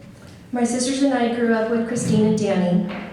We lived together for a brief time, and we got to know each other well, our likes and dislikes, habits, and so on. When Christine first met Thien in 1995, she kept it pretty hush-hush. We didn't speak about boys back then, but my sisters and I all knew something was up. She was giddy and smiling all the time, super secretive. My dad and our beloved uncle, Bakba, Christine's dad, were very close and talked often. We first learned of Thien when Bakba, who was normally a very quiet by nature person, excitedly shared the news with our dad, who relayed it back to us. Christine went down to LA last week for her uncle's wedding, and she met a guy. The guy was persistent. He noticed her at the reception desk and repeatedly tried to talk to her. He tried to ask her number, but she firmly stated no. I'm from Northern California, and I hardly ever come down. Not one to take no for an answer, and Thien persisted and said, that's okay, I travel to the Bay Area all the time for work. I can come visit you. Later, we learned by the end of the night, after several tries to get her number, he had gone up to the bride, Christine's aunt, to get her contact info. He succeeded, and that was the beginning of their whirlwind romance. For several months, every Tuesday, my dad would come home with weekly updates on their relationship. Who was flying up or down this weekend from Northern Cal to Southern Cal, and that Thien took Christine to Catalina Island, or that they rented a convertible for the weekend to drive out to the beach. There's no doubt Thien was very smart, but he was also very smooth. I know we've heard this quite a bit, but every trip to San Jose, he brought lobsters for his future mother-in-law. He nailed it. Fast forward a few months and more updates via the telephone game from LeQuang, we learned that Thien had proposed. My sisters and I thought that he was a kind and sweet guy, so we felt we should warn him. Are you sure you want to marry her? Yes, he said. She's the most beautiful person I've ever met. I almost fell out of my seat when I saw her for the first time at the wedding. Well, we should tell you she doesn't cook. His response, it's okay, I can cook for us. She also doesn't clean. His response, it's okay, we can hire housekeeping. Okay, fair warning, Thien. We shared a bedroom growing up with her, and she snores very loud. His response, I know, it's like birds chirping in the night. It's lovely. He was whipped. Thank you, Thien, for loving Christine with all your heart, for your dedication in raising two wonderful boys and gifting our family with your love and kindness. May you rest in peace in heaven. Thank you.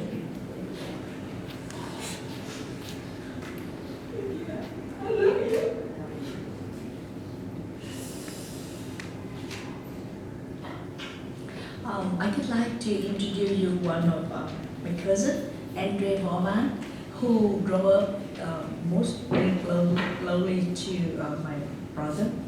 Andre, please.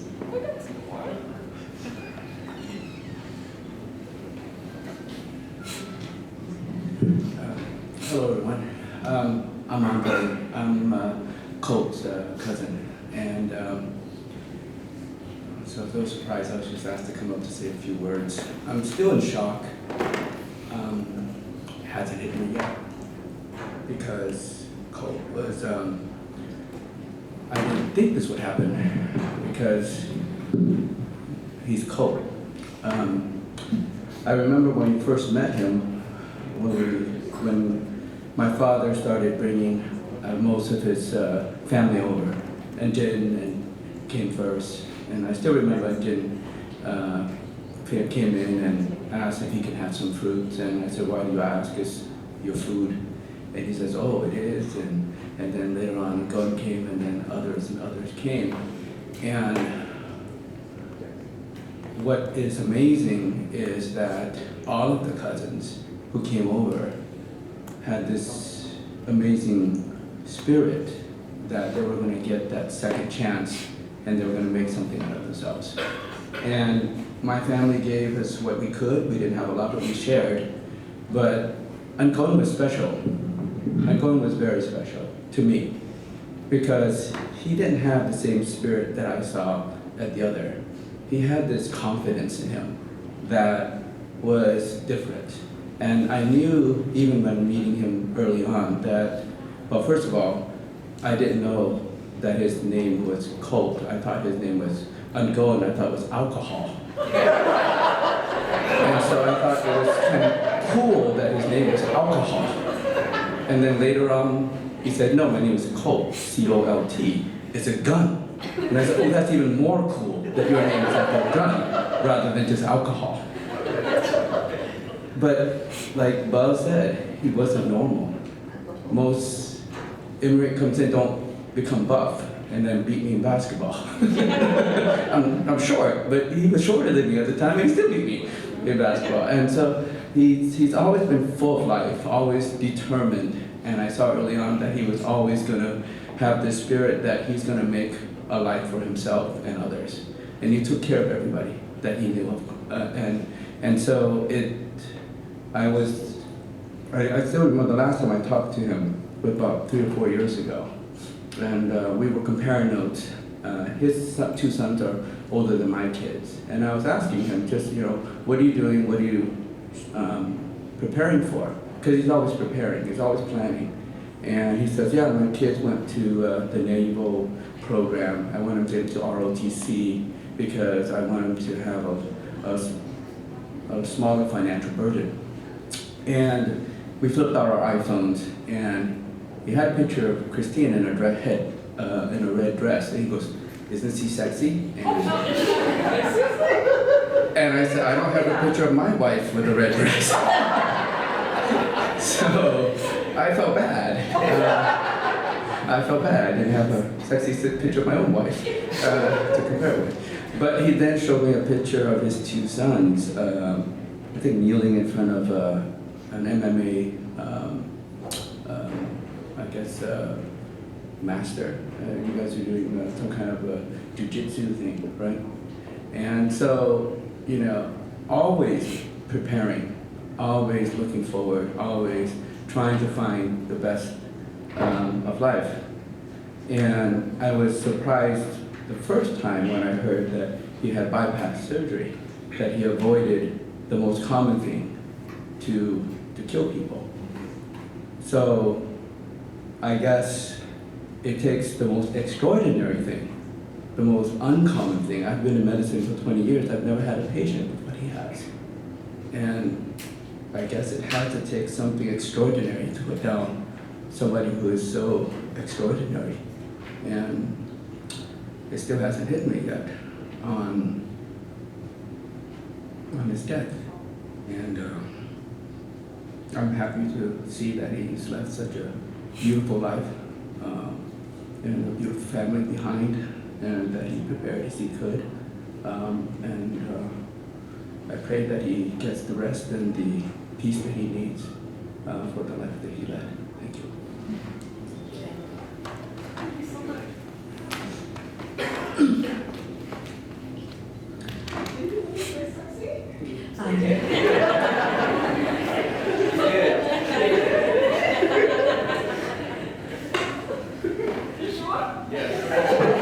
Red dress is fabulous. Wow. Showed me several times.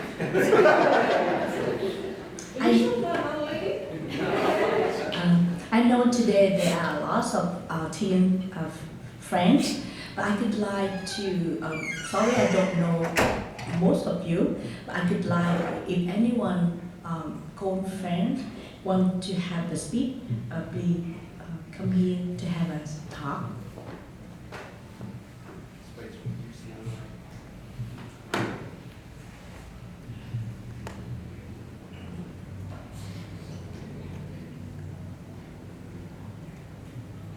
I saw two of them.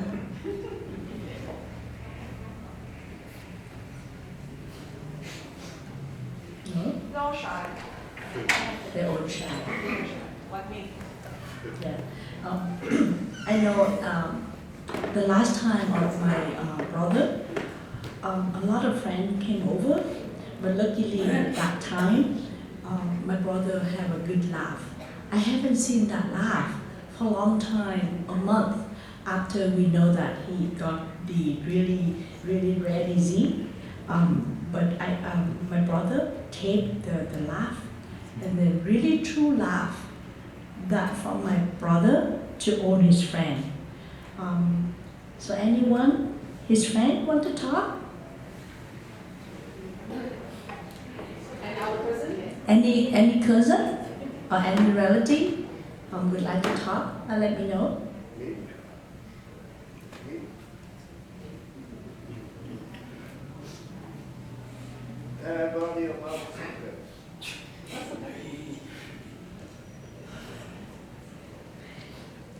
I know that some people really shy because of the emotion. They can speak, they can talk, but I know their heart. I know the present come here to my brother. Even though myself, that it's hard for me to show emotion, but I try because of him.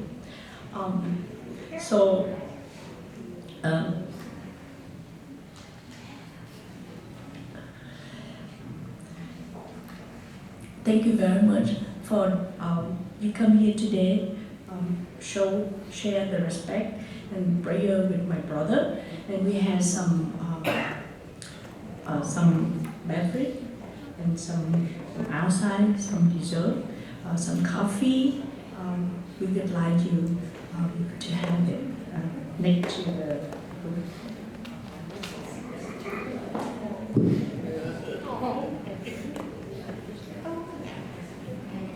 And then I would like to have the summary of the program today.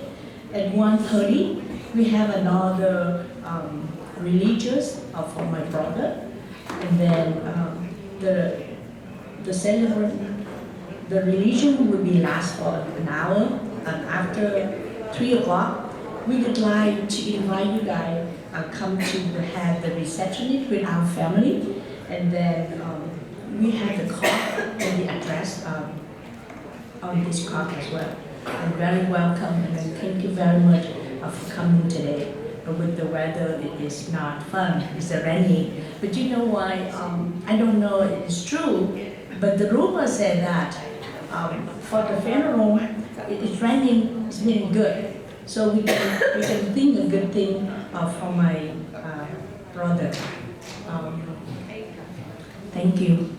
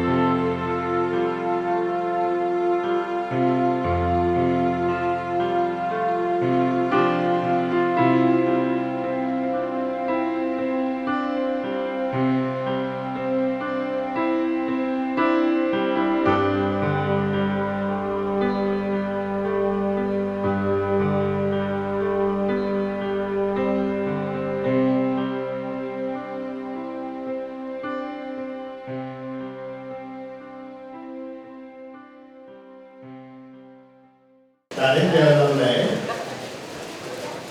cầu nguyện cho linh hồn của em Lê Quang Thiện. Tôi là Lê Quang Trình, anh lớn nhất trong nhà. Xin giới thiệu buổi lễ sẽ được tổ chức bởi thầy pháp Trơn. Con xin mời thầy. Thưa tất cả quý vị, trong giờ phút ngàn thu bình điệp này, và thầy tin tưởng rằng tất cả chúng ta cùng nhau về tới đây với tâm mong mỏi rằng để cầu nguyện cho hương linh Lê Quang Thiện pháp nhân nhập phong về nơi sự bình an, cho dù đó là cảnh giới của Phật hay cảnh giới của Thiên Thiên. Dear fellow and beloved one, I strongly believe that today we gathering here and wishing to be in the peaceful place. The peaceful place should occur when our mind and our heart are calm and peace, so that we can send the energy of peace to Thien, and he may take that energy in order to be in the peaceful place. At this moment, I would like to invite all of you, please be still, calm, silently, breathing in and breathing out. When you are breathing in, you can feel that here, I am here for you. And your presence is a wonderful gift. You give it to your friend, and you give it to your beloved one, such as your father, your husband, your brother, or your young brother, or your cousin. And together, we are praying for you.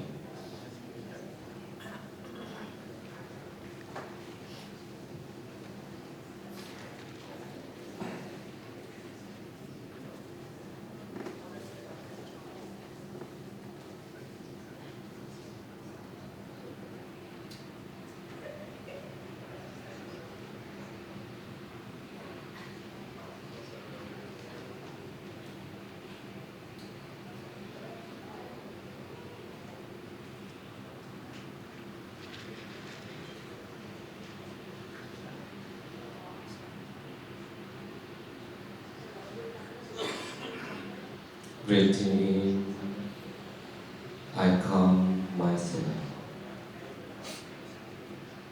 and breathing out, I am smile, light the flower, and offer to your friend, your loved one.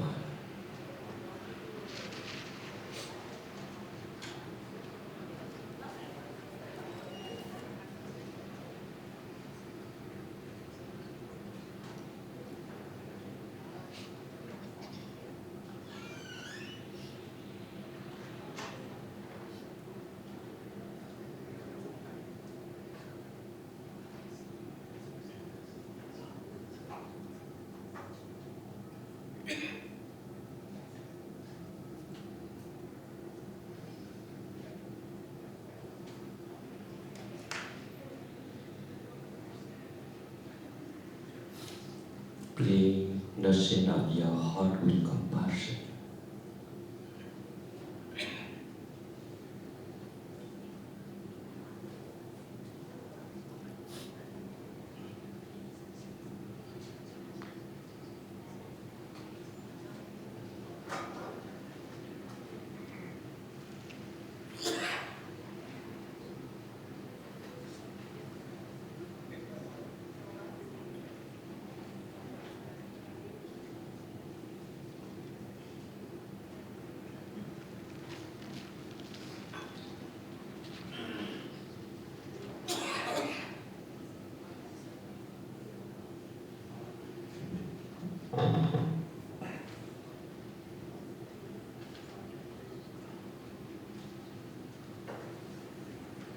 We accept the grateful foliage of mountain cherry blossom.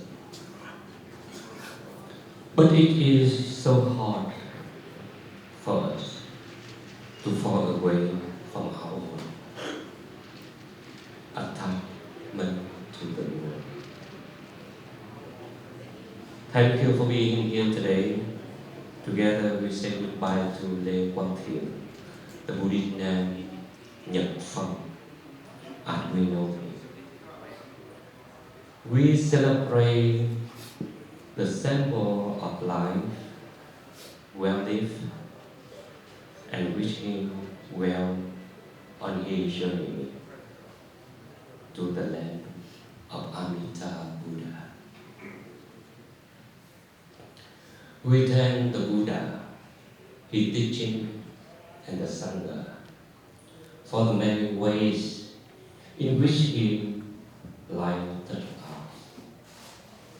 And we call all the Buddha compassion and love to be with us now. His physical presence is given to us. We mark that deeply, but the spirit of love that he embodied lies on and flows through us and with us. Dear LeQuang, we come here today to honor and pray for you. This Sacred Beast, you farewell and sends you to your final resting place.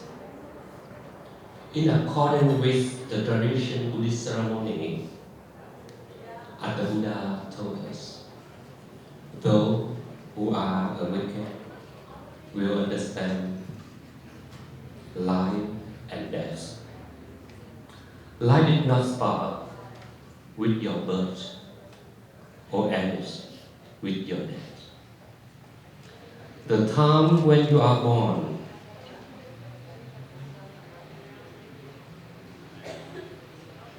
until the time your last breath is only a small fragment in this life will bear the fruits you will enjoy in your next life.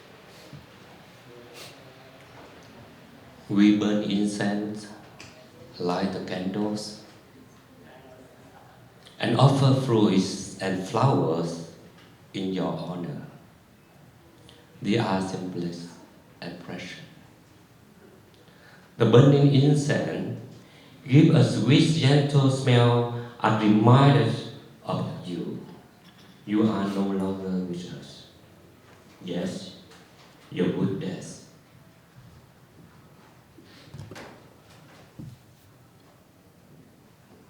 will forever be reflected upon. The candlelight symbolizes the perfect wisdom that eradicates the darkness of all sins and ignorance. The flowers and fruits are the most beautiful creation of nature. They symbolize what is the most divine in this life. Yet, they are impermanent, just like life itself. To pray for you, Thien, we have recited the teachings of the Buddha, the teaching full of love and understanding. We pray that the teaching will help you cleanse yourself of all sorrows and sufferings, so that your spirit may reach peace and serenity and transcend to a world of tranquility and perfect enlightenment. Buddha had told us, when the mind is at peace, the world in harmony. Heaven, or Nirvana, refer to the Buddhism, cannot exist with the mind rendered by sorrow and suffering. Nirvana can only be obtained with an open mind full of tranquility, compassion, and understanding. They are our prayer for you today. May Buddha always be with us.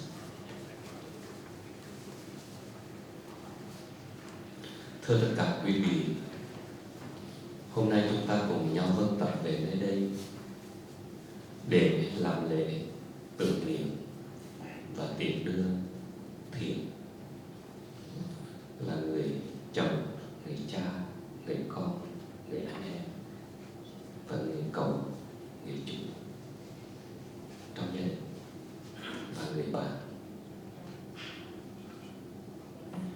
Quý vị mất đi một bài học, mất đi một người bạn, một người thân trong gia đình, nhưng đừng mất đi một bài học mà mình có trong lễ tang này. Đó là bài học về sự vô thường. Vô thường là gì? Vô thường là những gì mà thay đổi liên tục giữa cuộc đời này. Hôm nay có, ngày mai không. Học về sự vô thường không phải để cho chúng ta phải bi quan hiện thị những cuộc đời, mà học về sự vô thường để cho chúng ta nhận thức khi mình còn ở bên cha, bên mẹ, bên vợ, bên chồng, bên người thân, mình hãy sống cho trọn vẹn với cuộc đời, với người thân của mình, để đến khi người thân của mình mất, mình khỏi phải ăn năn hối tiếc. Có nhiều người khi mình sống bên người thân của mình, bên vợ mình, bên con, bên anh em, mình không biết trân trọng những giá trị đó. Để khi người thân của mình đi rồi, mình hối tiếc ăn, thì khi đó quá trễ. So today, you lost your loved ones, but don't lose the lesson you learned from today. The lesson is life is impermanent. To learn the lesson of impermanent for us, to live fully with our life, to live fully with our family, and to live fully with our faith and our relationship. So that when we live this life, we don't feel sorry with anything. Some people, when they live with their relative, their family, their parents, but they not really appreciate what they have. But when the impermanent coming, they feel sorry.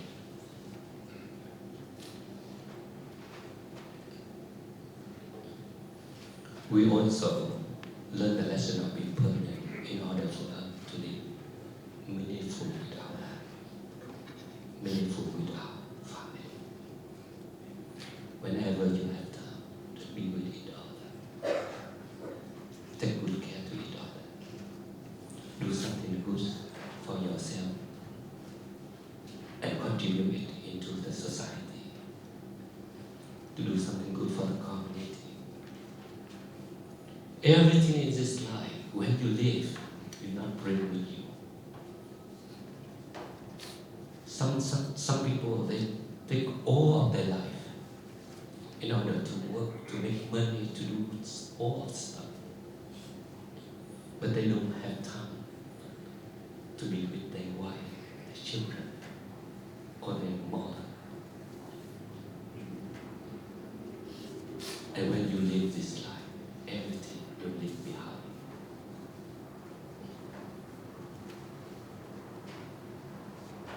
Therefore, to come here today, that is a big lesson for you. We can go anytime. But when we are, live fully with our life, fully with our family, that can come anytime, and we don't feel sorry about it. I know Thien for many years. Xin bác Lê Phú Đạo, một người Phật tử, very strongly believe in the Buddha. And bác Lê Phú Đạo is introduced me to Thien and the family when your father is passed away, and they got to have a ceremony. Bác Lê Phú Đạo, when I saw the Thien come to see me, I also see bác Lê Phú Đạo there. He's a very kind person. And Thien, whenever he had time, come to the temple and bring children, Justin and Aruna, to come to the temple to volunteer, to clean up the temple. And he with us, his children will be continue to come to the temple to support the temple, because we build a temple not only for the old people, but we build a temple for next generation to find their own roots and to find their own spirit and to introduce it into their faith. And they're proud of the religion their parents follow. When I hear Thien get sick at home, Christine asked me, Thầy, so Thầy had to, what do you think? You come to visit Thien when he passed away, or you come to see Thien when he in home? I said, no, I want to see him right now, when he was still alive. And I can touch him, and I can see him, and I can talk to him. I don't want to talk to him when he passed away. He just like that. So at that time, immediately, I went to come to see him in Marina. And then when I come, Thien will not recognize me. But when I asked him, Thien, Thầy Pháp Chơi here, Thầy đây, Thầy đến thăm Thien đây. So he really calm, opened his eye and looked at me, so happy.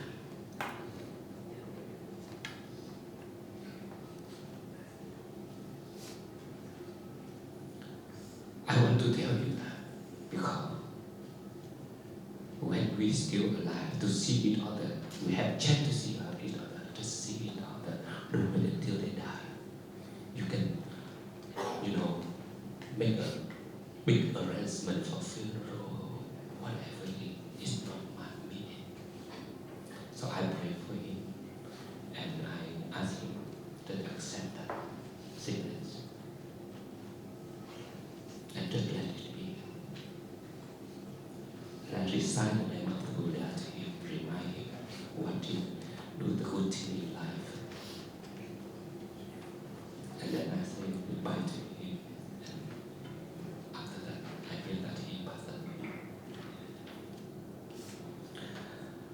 Khi chúng ta còn có cơ hội, hãy thăm viếng nhau, hãy để cho nhau những cái tình cảm thật thực, hãy làm tất cả những việc gì hữu ích cho đời, hữu ích cho xã hội, và mình làm cái gì, gặp gỡ làm gì được hãy cứ làm, và hãy sợ đón nhận cho nhau, để rồi mình khoan phèo hơn tiếp. Nên hôm nay với đôi lời như vậy, Thầy xin được chia sẻ với gia đình, xin chia sẻ với Christine, với hai cháu, cũng như là các anh chị em trong gia đình, trong tất cả tình thương, trong tất cả cái tận lòng, và trong tất cả sự cầu nguyện cho hương linh của Thien trả hết tất cả cái nghiệp giữa trần gian để trở về cái cảnh giới của bình an, cảnh giới đó của Phật hay là của thiên đường hay là của loài chúng sinh tốt đẹp. Và mong rằng gia đình biết cái đau thương này thành hành động và lấy đây một cái bài học để tiếp tục trong cái đời sống của mình. Xin tất cả các anh chị, nhất là những người thân, anh em, chị em, cháu chồng, hãy tiếp tục hơi thở của thiền trong hơi thở. Hãy tiếp tục cái tinh thần của thiền trong tinh thần của mình để xây dựng cuộc sống. Và nhất là các anh chị em của thiền cố gắng tiếp tục sức thôi Christine cho hai cháu để trở thành người, và như là ước ao của thiền được nhìn thấy hai con của thiền được ra trường, được sống đời sống tốt đẹp. Giờ đây thầy xin hướng lên về Tam Bảo để bắt đầu và để cầu nguyện. Sau khi thầy cầu nguyện xong, tất cả chúng ta có cơ hội để đi viếng thăm quan tài lần cuối, và sau đó thì nắm quan tài, và ngày thứ ba chúng ta sẽ đến là lễ cremation. Và giờ đây các vị trong tang vị sang phía trước để bắt đầu cho quyết định. Kính thưa thầy, Phật chân, con xin đại diện cái đại gia đình. Con là anh lớn, con trai lớn trong gia đình. Lại cảm ơn thầy đã bỏ thời gian quý báu, không phải ngày hôm nay mà cái ngày em đang bị bệnh. Thầy đến hôm đó thì con mở mắt và em đau. Ngày đó con có ở đó với thầy. Một lần nữa chúng con đã là sự thương yêu của thầy để cầu nguyện cho linh hồn em con mau siêu thoát về quả Phật. Nam mô A Di Đà Phật. Con kính I'm so grateful for things. Yeah. Dội hương định hướng dự tuệ hương, giải thoát tri kiến hương, quang minh vân đài biện pháp giới, cúng dường thập phương vô thượng tôn. Phật từ tiếp độ Bồ Tát độ sanh, cầm đuốc sáng soi kẻ tối tâm, chèo thuyền bảo đón người về nước Phật. Duyên may đệ tử chúng con nguyện quang nước Việt Nam thừa thiên bình thuận hóa thành phố, hiện cư trú tại Hoa Kỳ, Quốc California tiểu bang, Marina thành phố. Gia đình vẫn tập về tại Ốc Hiếu An Táng đường phụng Phật, tu hương hiếu cùng phúng kinh suy niệm cầu siêu độ. Ngược nguyện hồng ân tam bảo, đức tiếp dẫn đạo sư A Di Đà Phật. Phong đại hào quang tiếp độ, hương linh tận danh LeQuang, thiền pháp danh Nhật Phong. Nguyên sanh tính ngọ niên ngày 8 tháng 1 năm 1967, vãng sanh ngày 11 tháng 2 năm 2023 dương linh. Nguyện hương linh bao tội khổ ân duyên rủ sạch, nghiệp luân hồi nhẹ bước từ đây. Nghe kinh pháp siêu sanh tịnh độ. Nam mô hương cúng dường Bồ Tát, Nam mô hương cúng dường Bồ Tát, Nam mô hương cúng dường Bồ Tát Ma Tát.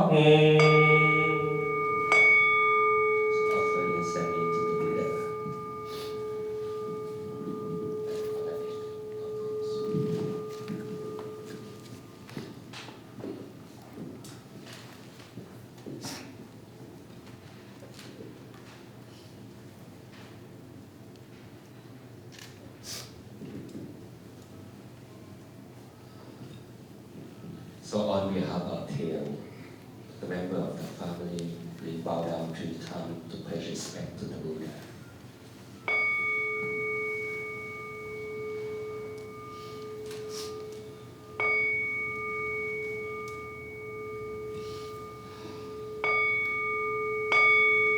Please stand up.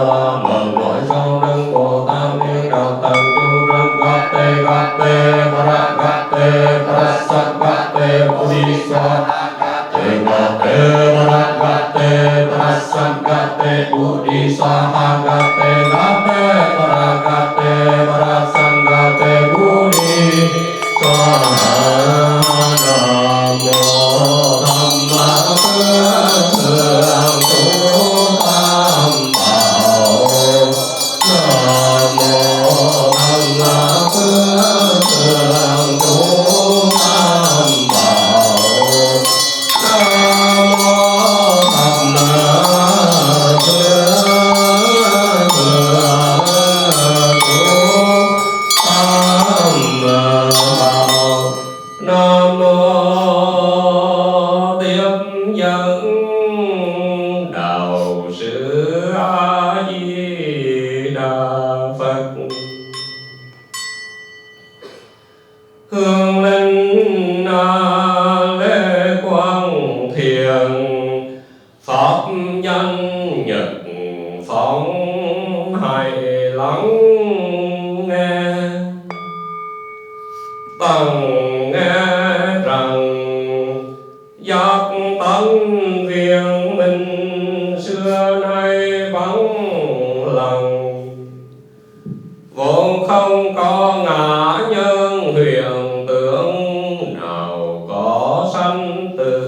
giả danh.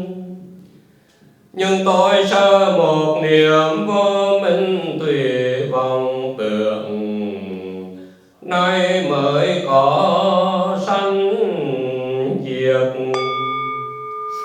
Tuy nhiên việc nào có việc, Đạt Ma Tôn giả quậy dép về Tây. Sanh mà không sanh, Đức Thích Ca Thế Tôn song lâm tịch diệt.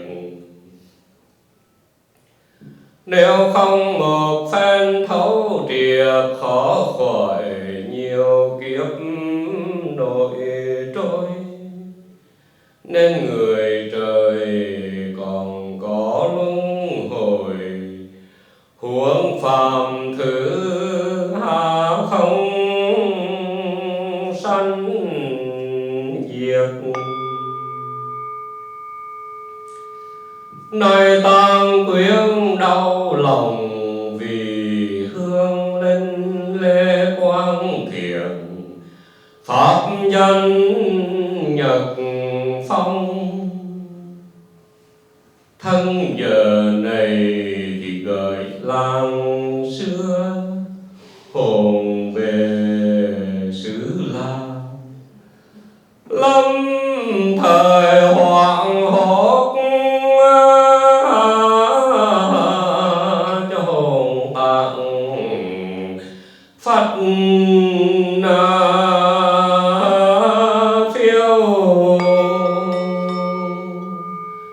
Sông thì gửi thác thì về, cũng chẳng ra ngoài bốn loài. May thay nhờ đạo mâu cứu bạc, tiếp đổ hương linh siêu quy về miền Tịnh Đô. Giờ này trước bảo tòa Đức Phật chứng minh, chúng tăng hộ niệm Tang Quyến thành tâm. Thịnh hương linh tù vu Phật tiên, đặt lễ tam bảo vô thượng tôn. Thịnh di ảnh bát hương hương linh, tù vu Phật tiên. Nam mô Thien Nhân Đạo Sư.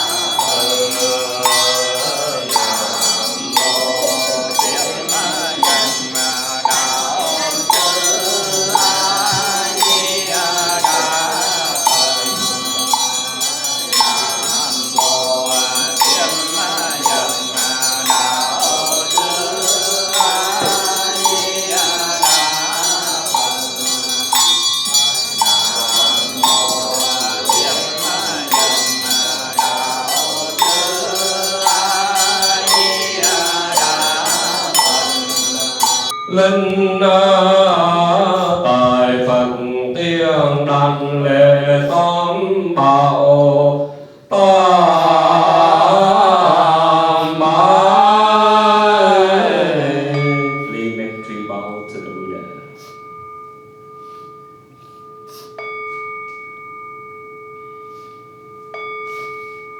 Hương linh quy y Phật, hương linh quy y Pháp, hương linh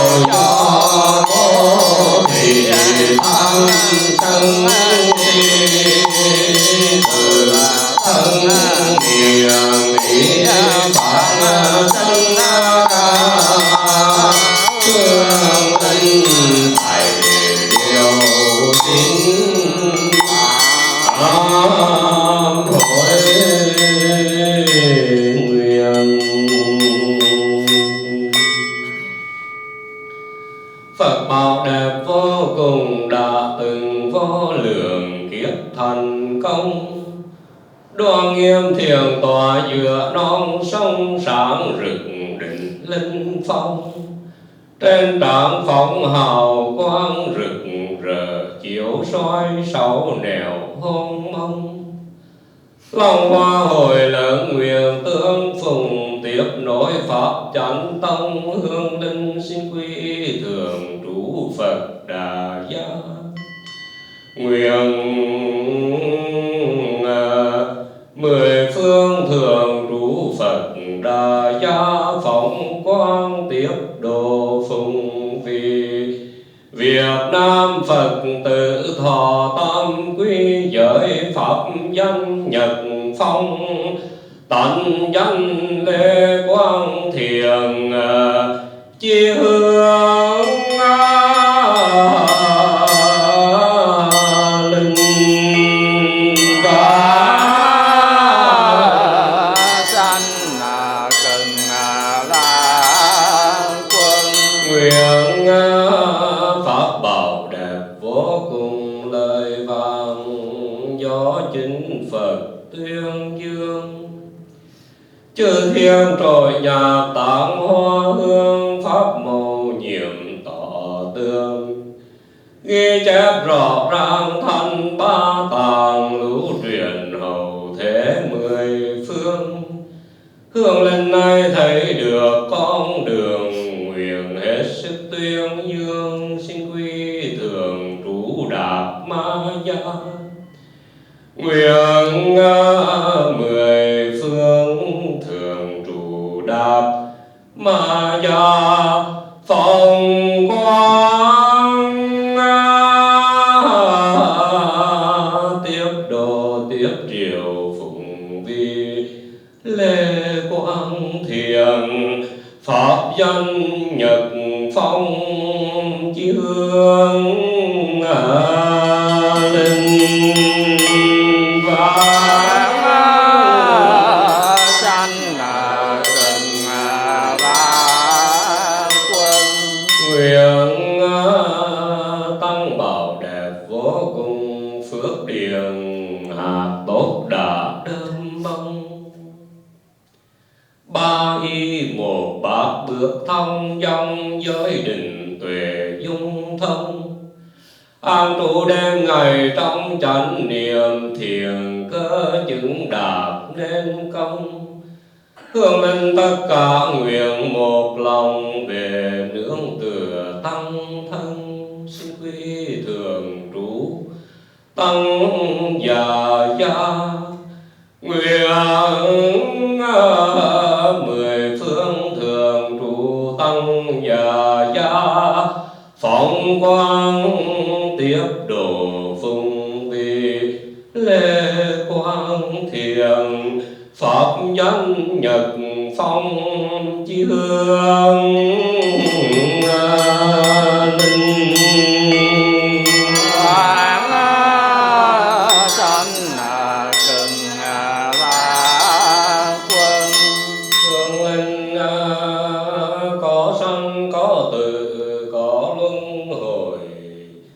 không sanh không từ không đến cùng không đi duy nguyện hương linh bao nhiêu lầm lỗi cùng do tâm tình còn đâu dấu lỗi lầm sám hối xong rồi lòng nhẹ nhõm ngàn xưa mây trắng vẫn thông dong nguyện hương linh vô lượng vô lượng tội kiếp kiếp lai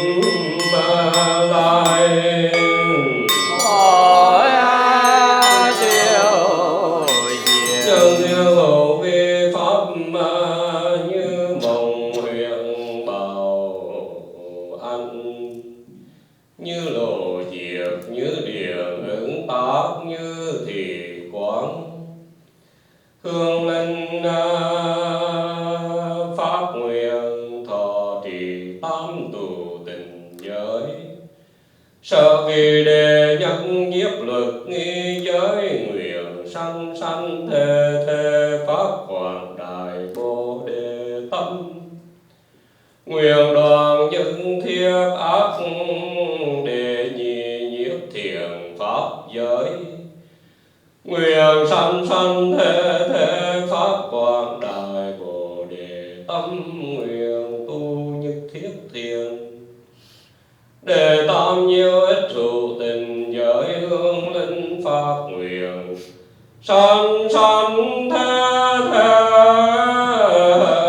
pháp quảng đại bồ đề tâm nguyện độ nhất thiết chúng sinh đó là tam tù tình giới ba đời mười phương chư Phật đã tu tập giờ này hương linh phát nguyện để tu tập cho đến ngày thành Phật đạo hương linh chỉ thành đảnh lễ tam bảo tam bái.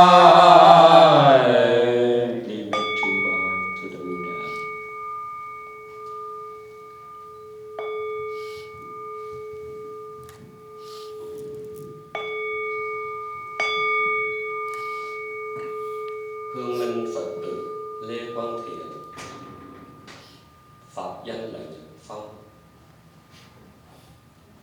Hương linh có biết trong giờ phút này hương linh đang được những người thân quyến của hương linh đang rước di ảnh bát hương của hương linh đối trước Đức Phật để một lần nữa hương linh được đảnh lễ tam bảo để làm người con của Phật để mà về với Phật.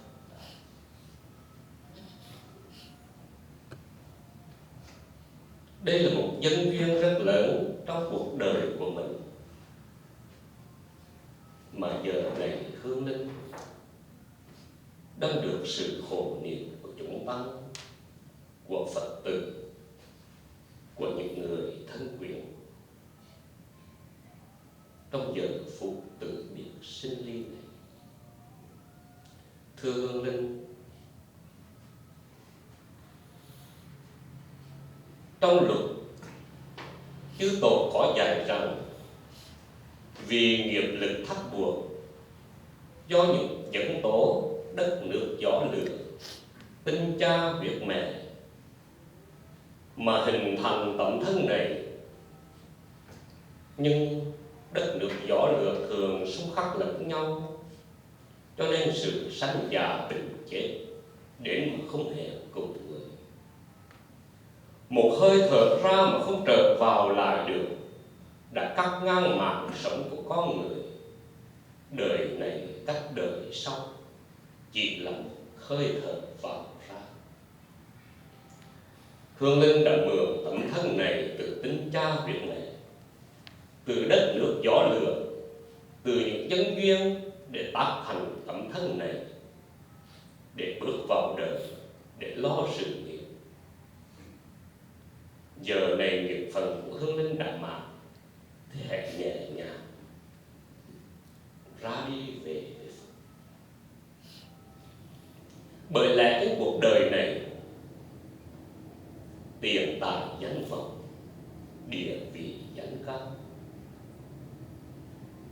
đều sẽ để lại trong cuộc đời này, và mình chỉ ra đi đem theo nghiệp lực của mình, thiện hay ác, để trở về bên thiện cảnh hay ác cảnh mà thôi.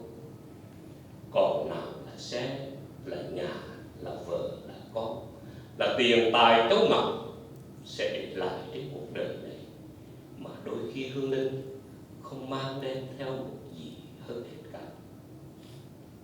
Nhưng may thay trong cuộc đời của Hương Linh, đó là Hương Linh đã được sự hướng dẫn của cha mẹ, được quỳ dưới chân Đức Phật để làm con của Phật, làm con trong chánh pháp của Phật, và làm con trong tăng đoàn của Phật, mà quy y tam bảo. Đó là 3 viên ngọc quý ở giữa đời. Giữa đời cho rằng tiền tài danh vọng ngọc báu là quý báu, nhưng khi mình chết, mình bị tai ương hoạn nạn, thì tất cả những thứ đó đều để lại trên cuộc đời này. Vậy có phải là bảo hay không? Bảo là những gì mà tròn vẹn mãi mãi trong cuộc đời của mình, từ kiếp này và mãi mãi cho đến kiếp sau. Dân duyên và thiện nghiệp lớn, đó là Hương Linh đã trở về nương tựa vào Phật, nương tựa vào Pháp, nương tựa vào Tăng. Nương tựa vào Phật là nương tựa vào bậc thầy giác ngộ, có khả năng đưa đường dẫn lối cho ta trong cuộc đời. Nương tựa vào Pháp là những lời dạy của Đức Phật, là lời dạy đầy trí tuệ và từ bi. Hơn 2.600 năm về trước cho đến tận bây giờ, chưa có một giọt máu nào đổ xuống dân danh Phật hay dân danh giáo lý của Ngài. Mà đạo Phật, giáo lý của Phật đi đến đâu mang tình thương, trí tuệ, từ bi đến với mọi người và mọi người. Và đạo Phật, giáo pháp của Phật là một con đường kim chỉ nam cho thế giới vào thế kỷ 21 này, mà như năm 1999, Đại hội đồng Liên Hợp Quốc đã công nhận cái giáo pháp đó là kim chỉ nam cho thế giới trong thời hiện đại. Và Tăng là đoàn thể đẹp cùng đi trên đường vui, để cùng với chúng sanh giải thoát giác ngộ, mà Hương Linh đã có duyên quỳ chân tam bảo để nhận lãnh 3 pháp quy đó, để như là một vật báu mang theo trong cuộc đời của mình kiếp này và mãi mãi về kiếp sau, cho đến ngày thành Phật đạo. Hôm nay trước giờ phút ngàn thu việc việc này, thầy khởi lòng từ bi thương tưởng đến Hương Linh, cũng như để bao nhiêu người nơi đây đạo tràng tu tập, rồi bao nhiêu người thân bằng quyến thuộc của Hương Linh hộ niệm cho Hương Linh, để một lần nữa nhắc nhở cho Hương Linh, để cho Hương Linh thấy được nghiệp thức của mình, nhận thức được con đường để đi về với Phật đạo. Con mà có hướng về Phật, hướng về cha mẹ, thì có ngày con sẽ trở về với cha mẹ đó. Con có hướng về Phật thì cảnh Phật sẽ hiện tiền. Hương Linh nên biết rằng con đường từ đây về với cảnh Phật, ma cũng nhiều mà Phật cũng nhiều.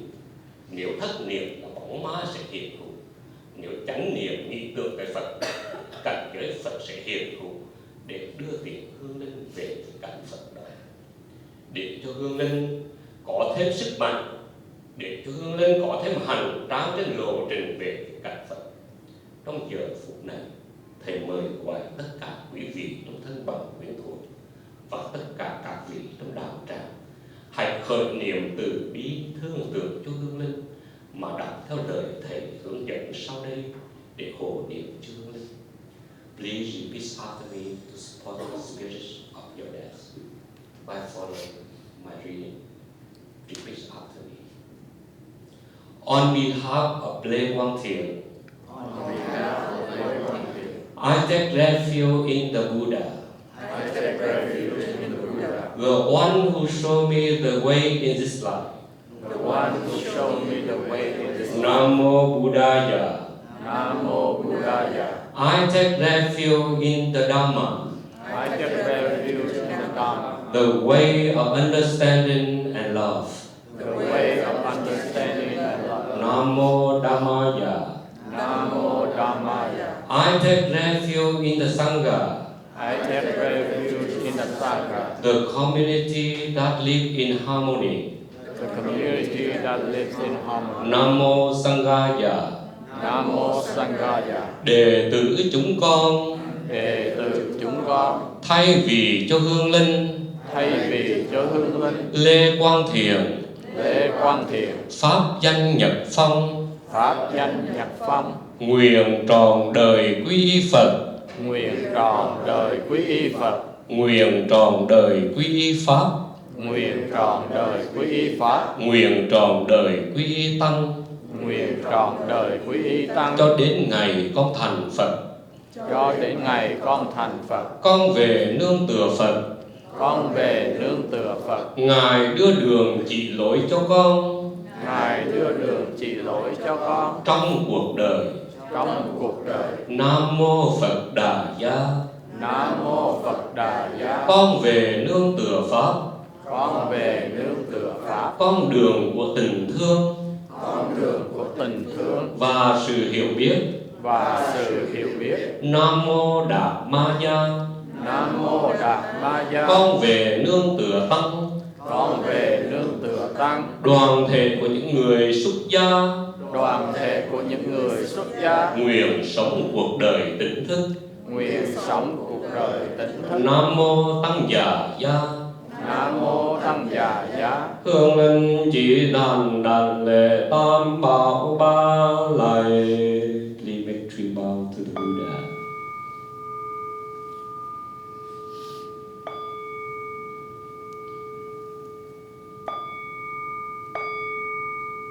Please repeat after me.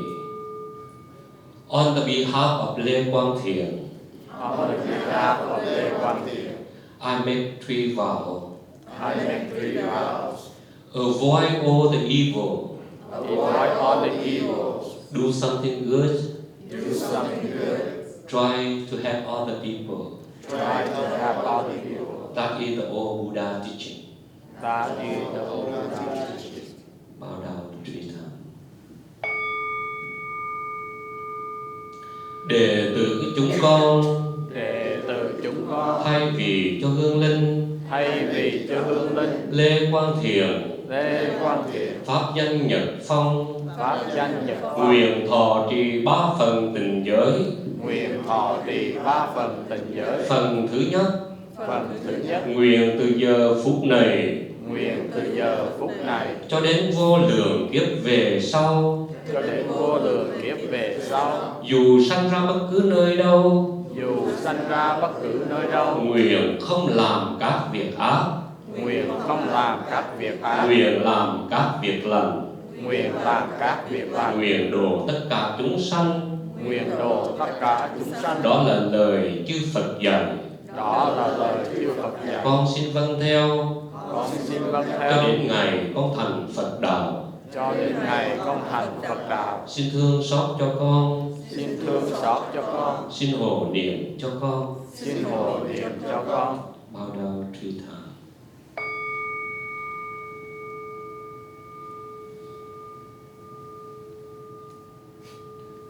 Please repeat after me.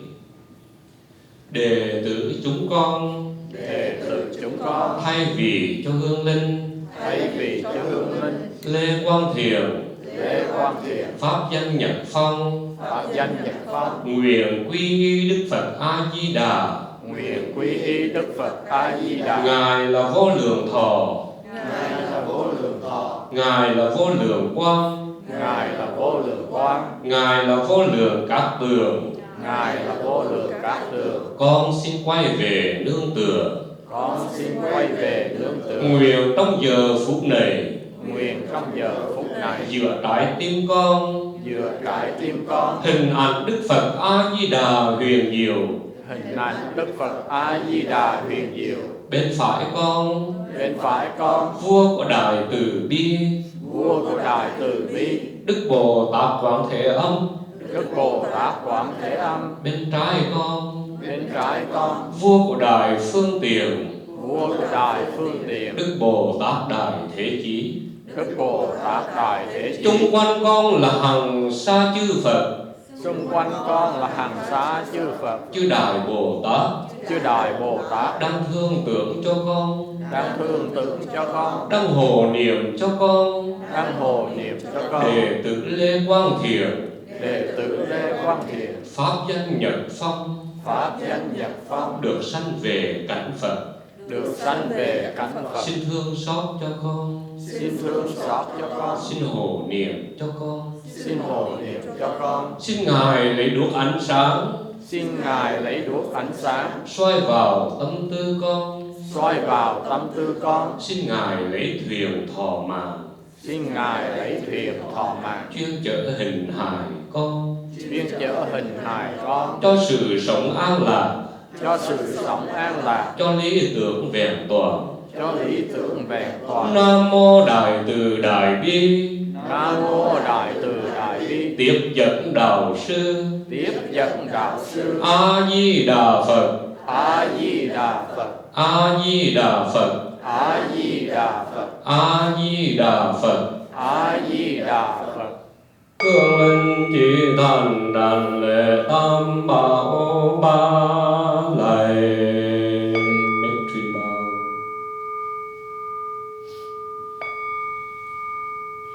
Giờ này xin tất cả quý vị hãy nhất tâm niệm Phật và tụng từ đi theo vòng quanh quan tài theo lời niệm Phật để cầu nguyện cho hương linh.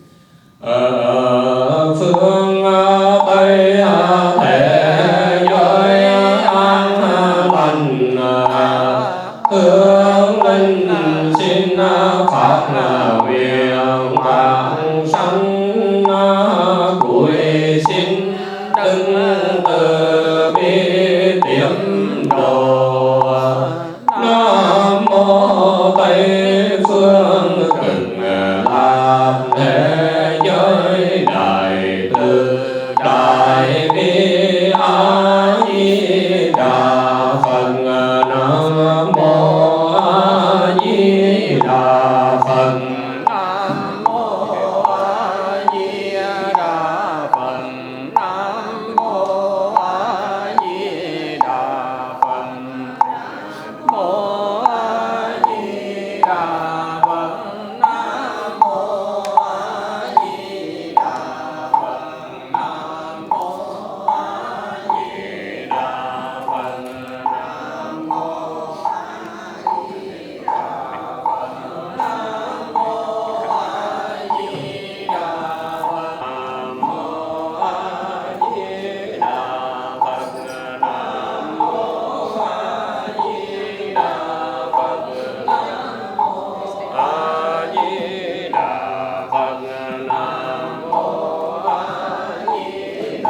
Phật. Nam mô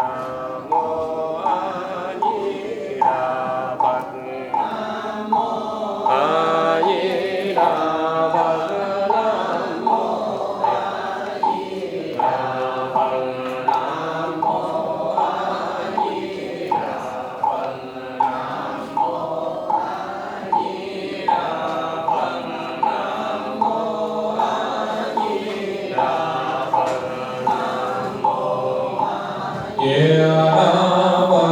Nam mô A Di Đà Phật.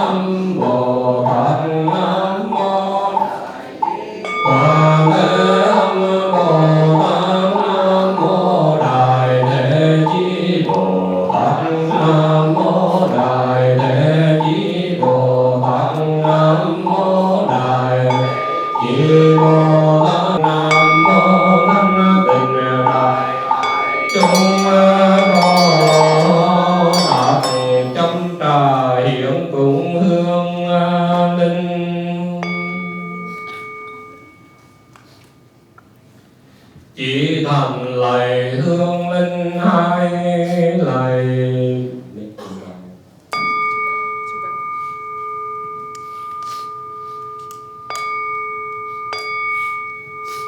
We offer food to God. Nam mô Tham Ma Nam Nam Mô Di Đà Tham Ra Tham Ra Hồng Nam mô Tham Phật. Mô Di Đà Tham Ra Tham Ra Hồng Nam mô Tham Phật. Nam mô Di Đà Tham Ra Tham Ra Hồng Nam mô Tham Phật.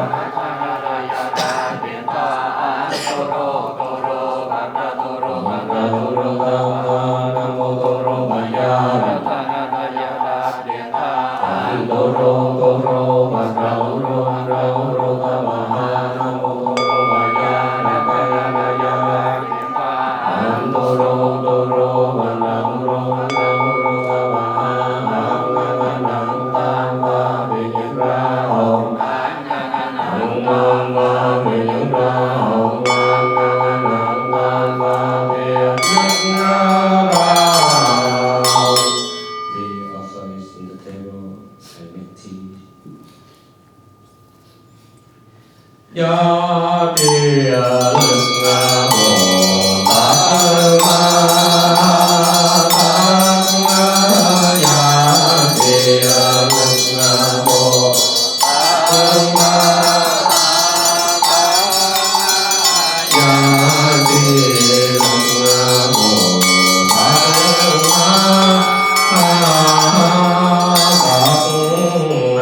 lâm chung tây phương thành thân minh tại mục biên kiện văn gia tinh tấn đồng sanh cực lạc quốc kiến Phật liêu sanh từ như Phật độ chất thiệp vô biên tiền não toàn vô lượng pháp môn tu thể nguyện độ chúng sanh tổng giải thành Phật đạo không tu phần ngã nguyện vô cùng tình giữ vô tình đồng biến trường đi vào sanh quyết định chân ngôn. Nam mô A Di Đà Phật. Nhà Đà Phật Đà Địa Nhà Đà Di Đì Đô A Tỳ A Di Đì Đà Tấn Đan Bà Tỳ A Di Đì Đà Tỳ Ca Lan Tê A Di Đì Đà Đà Ya Di Đì Đà Ya Đà Di Đà Ca Lê Ta Ma. Nam mô A Di Đà Phật. Ya Đà Ya Đà Địa Ya Đà Đô Ba Tỳ A Di Đì Đà Tấn Đan Ba Tỳ A Di Đì Đà Tỳ Ca Lan Tê A Di Đì Đà Tỳ Ca Lan Ta Ya Di Đì Đà Ya Đà Nam mô A Di Đà Phật. Ya Đà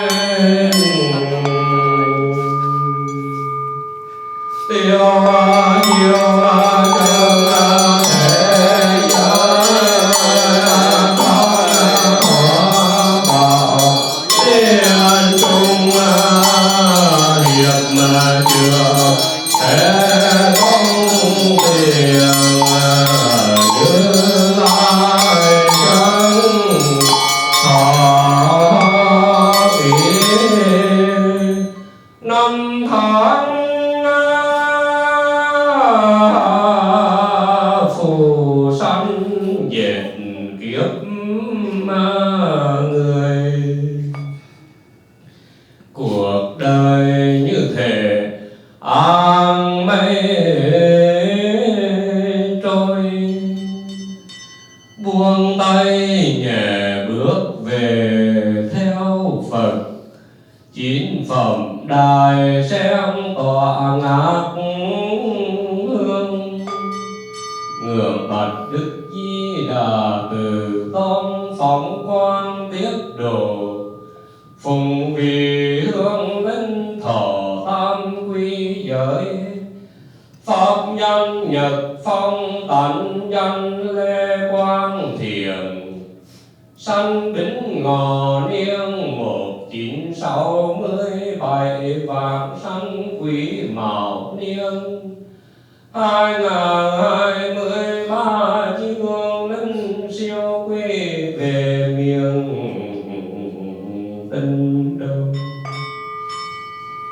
Ngược mong đại chúng khởi niềm từ bi, nhất tâm niệm Phật tiếp độ hương hồn, trực vạn Tây phương Nam mô Thiên Dần Đạo Sư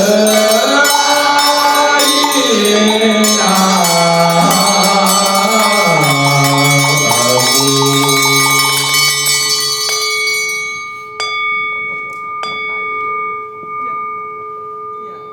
Please close the casket.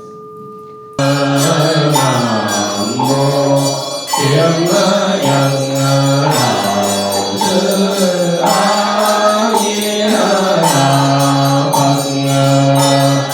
Nam mô Thiên Dần Đạo Sư A Di Đà Phật.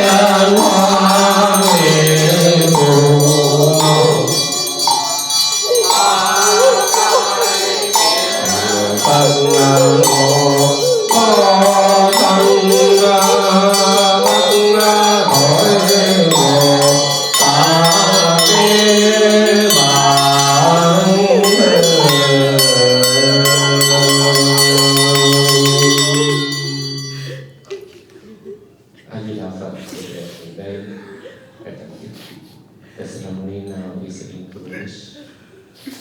Again, thank you very much for your coming and put your heart and your mind. Let's pray for Thien to be in the peaceful place. As a family member, I would like to ask you all to continue to be life in your life. Transform your sorrow and sadness into your pain. That will be praying to heaven now. Xin cảm ơn thầy. Con cảm tất cả những ban phụng sự. Một lần nữa con LeQuang Trần đã LeQuang Trần xin thành thật cảm ơn thầy đã tiền dẫn cho linh hồn em của con lên con của bạn. Một lần nữa xin cảm ơn ban tụng niệm của chùa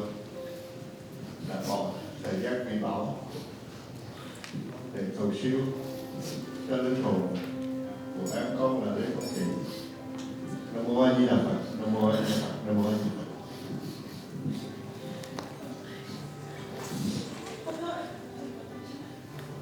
I don't like to make speeches.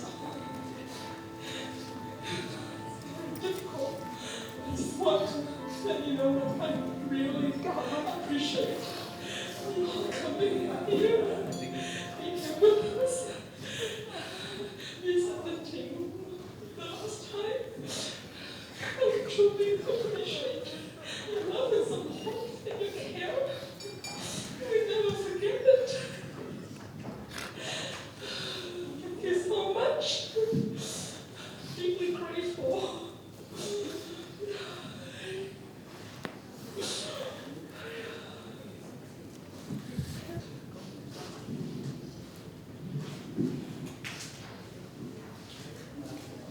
Hello there.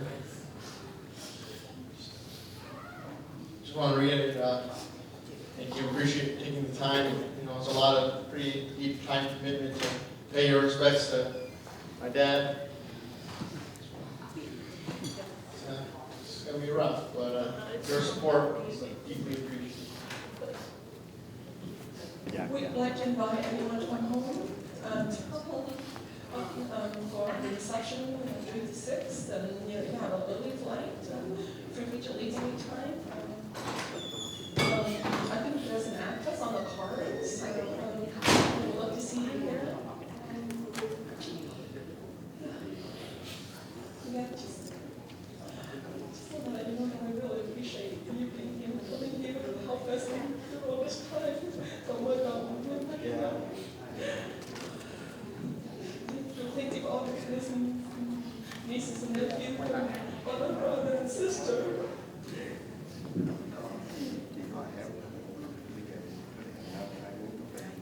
Yeah. One more time, this is the most precious time for my younger brother here. Right now, he's still here. Whoever wants to take a picture, please come up. The cameraman is ready to take a picture with you for the most important time for my younger brother's life.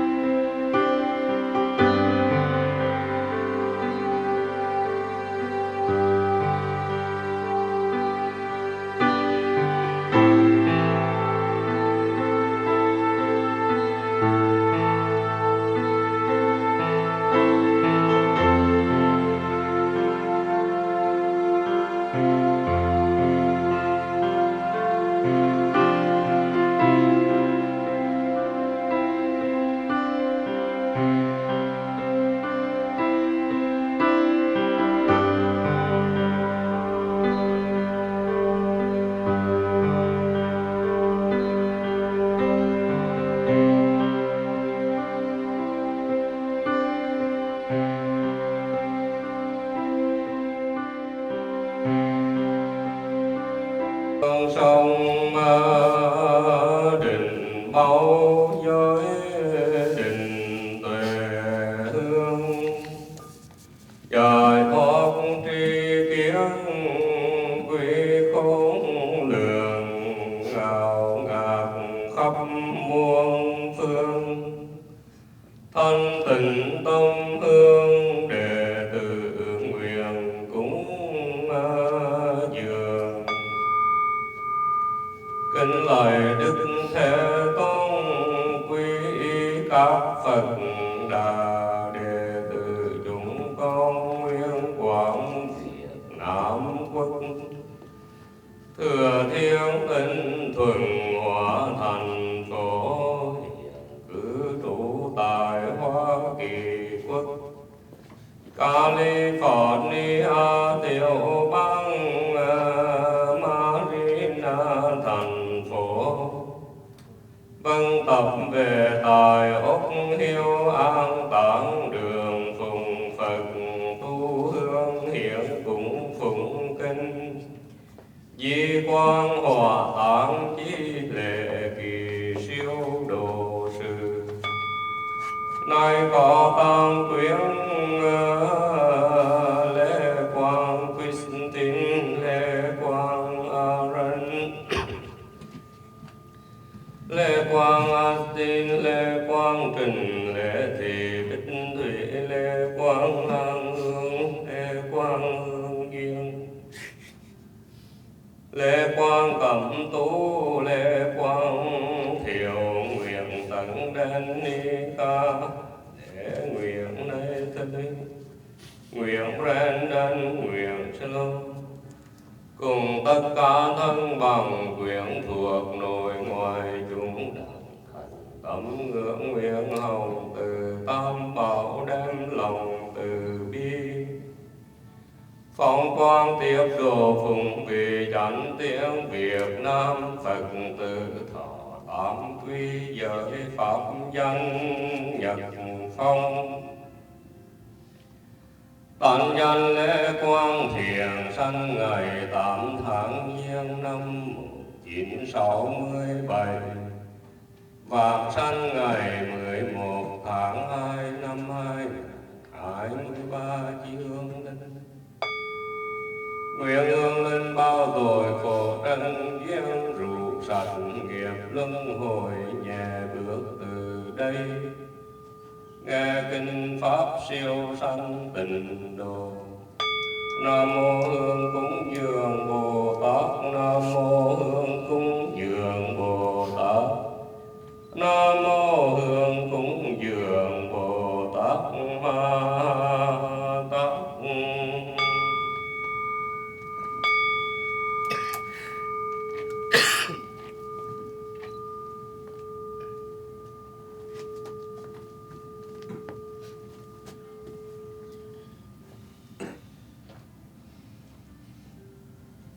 Tang gia hiệu quyến đảnh lễ tam bảo ba lạy duyên chia tình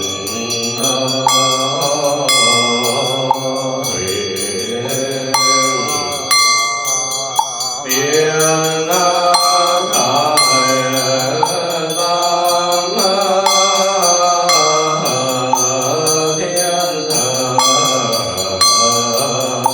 lỡ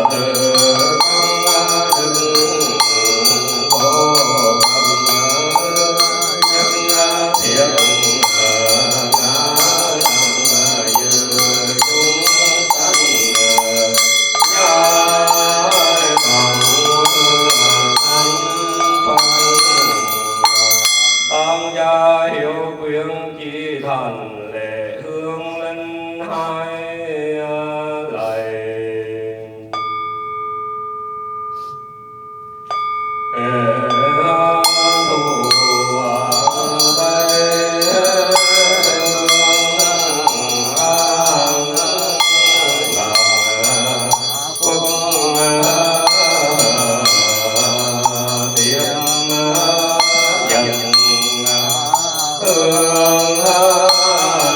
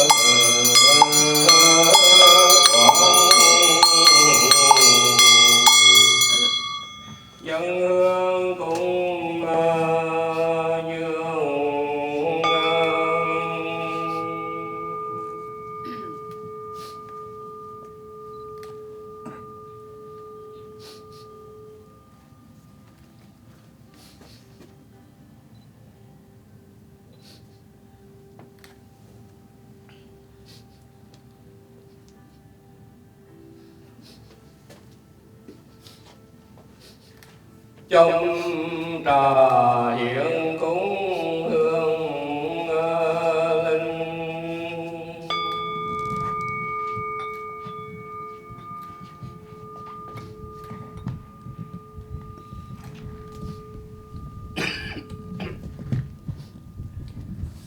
Lễ hương linh hai lạy linh từ tại Bồ Tát Ma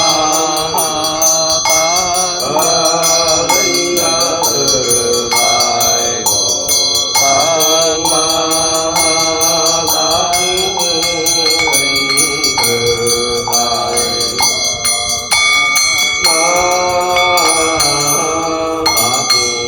dân cơm cúng hương linh.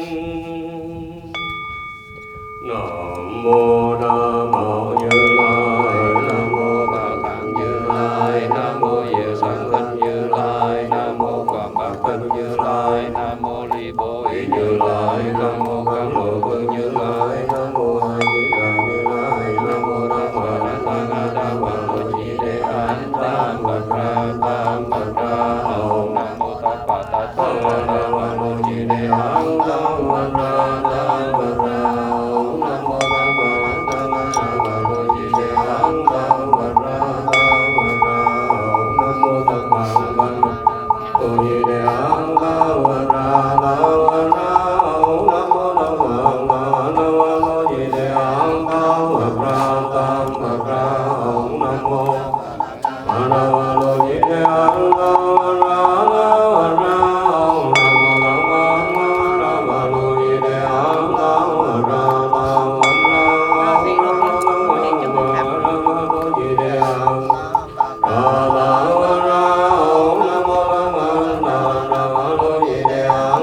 Bát Ra Tam Bát Ra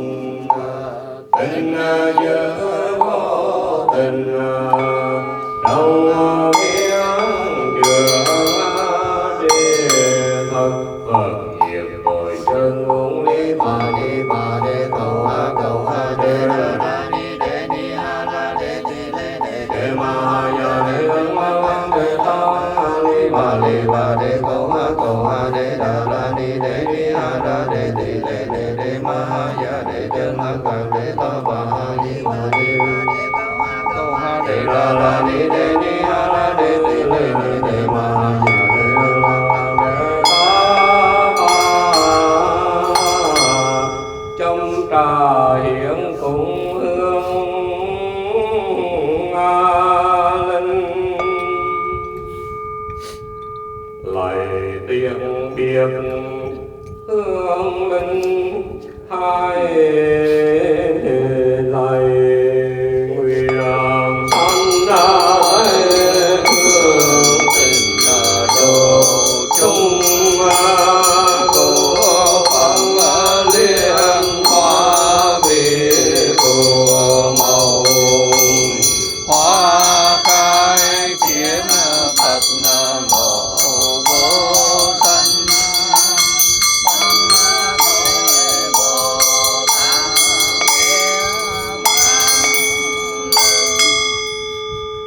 Nam Mô Tiếp dẫn Đạo Sư A Di Đà Phật. Hương linh Phật tử, pháp danh là Nhật Phong, ẩn danh LeQuang Thiện. Trong giờ phút khoảnh khắc biến thành thiên thu này,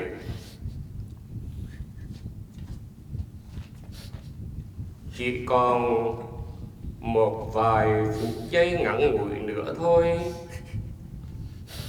toàn thể gia đình là vợ con anh em chị em sẽ tiễn đưa hương linh vào lò hỏa táng.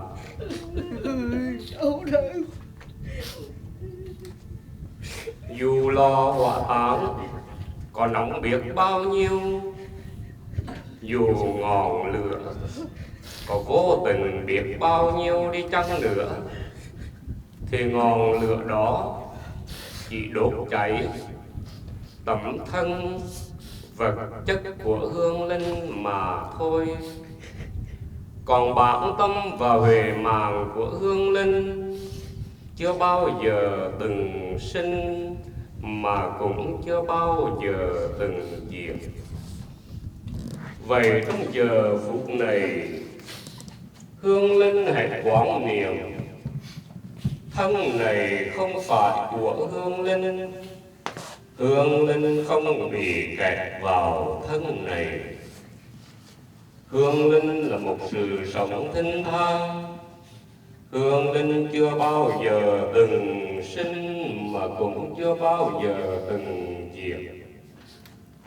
Như một cành hoa đào rơi, không làm cho cây hoa đào suy giảm. Sự xuất hiện với ẩn tàng đều chỉ là một khoảnh khắc vô thường sát na dị biệt.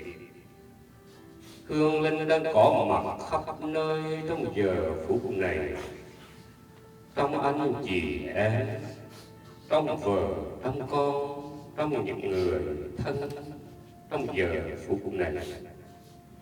Cho nên hương linh đừng sợ hãi, đừng sợ hãi. Con đường từ đây về với cạnh Phật, ma cũng nhiều, Phật cũng có. Nếu thất niệm là bóng mà giữ chánh niệm thì cạnh Phật sẽ hiện tiền để đưa đường chỉ lối cho hương linh về cảnh Tây phương cực lạc. Nơi đó Đức Phật A Di Đà là đấng đạo sư tế độ cho chúng sinh. Ngài phát lời thề nguyện rằng bất cứ một chúng sinh nào khi nghe được tên ta trì danh niệm Phật thì giờ phút lâm chung Đức Phật A Di Đà cùng thánh chúng tay nâng đóa sen vàng có mặt trong dây lá cùng lên đường thông dong. Sen nở là thấy Phật, tình độ là quê hương. Nguyện xin cho hương linh LeQuang Thiện pháp danh Nhật Phong nhẹ nhàng thảnh thơi trên đường về theo Phật. Xa lìa phiền não giữa chốn trần ai, hoa sen chín phẩm là cha mẹ, vui thủ tiêu trao trước Phật đài. Cầu chúc cho hương linh mỗi bước chân đi vào tịnh độ, mỗi cái nhìn thấy được pháp thân, niềm an vui dâng khắp cảnh ta bà. Khi hương linh đắc độ cao siêu, hãy trở về cõi ta bà này, giúp đỡ cho vợ con anh em chị em, và nhất là người mẹ già đang trông ngóng về hương linh, mong cho hương linh được siêu thoát. Trong giờ phút này, hương linh hãy nằm đó để lắng nghe tiếng niệm Phật của tất cả mọi người. Giờ phút quan trọng này, hãy giữ chánh niệm, đừng lãng sao, để cho tiếng niệm Phật thấm vào tầng xương tầng tủy của hương linh, thấm vào trong tâm niệm của hương linh, để hương linh trở về theo Phật. Xin tất cả đại chúng hãy nhắc tâm niệm Phật, và mỗi người mỗi cành hoa như tiếng biệt hương linh về miền tịnh độ. Đại chúng thành tâm niệm danh hiệu Đức Phật A Di Đà để tiếp độ cho hương linh. Phật A Di Đà, thân kim sắc tượng tốt chói sáng từ trang nghiêm, năm tu di huyền chuyển bạch hào, bốn việc lớn trong năm việc trong hào quang tỏa vô số Phật, vô số Bồ Tát thiền ở phương Tây thế giới an lành. Hướng linh xin phát nguyện vãng sanh, tuổi xin đức từ độ. Nam mô Tây phương cực lạc thế giới đại từ đại bi A Di Đà Phật. Nam mô A Di Đà Phật. Nam mô A Di Đà Phật. Nam mô A Di Đà Phật. Nam mô A Di Đà Phật. Nam mô A Di Đà Phật. A Di Đà Phật. Nam mô A Di Đà Phật. Nam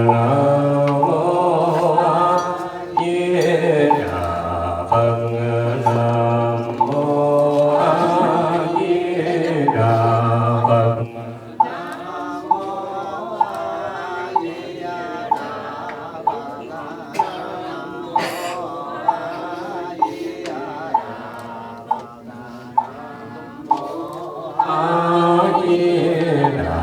Đà Phật. Nam mô A Di Đà Phật. Nam mô A Di Đà Phật. Nam mô A Di Đà Phật. Nam mô A Di Đà Phật. Nam mô A Di Đà Phật. Nam mô A Di Đà Phật. Nam mô A Di Đà Phật. Nam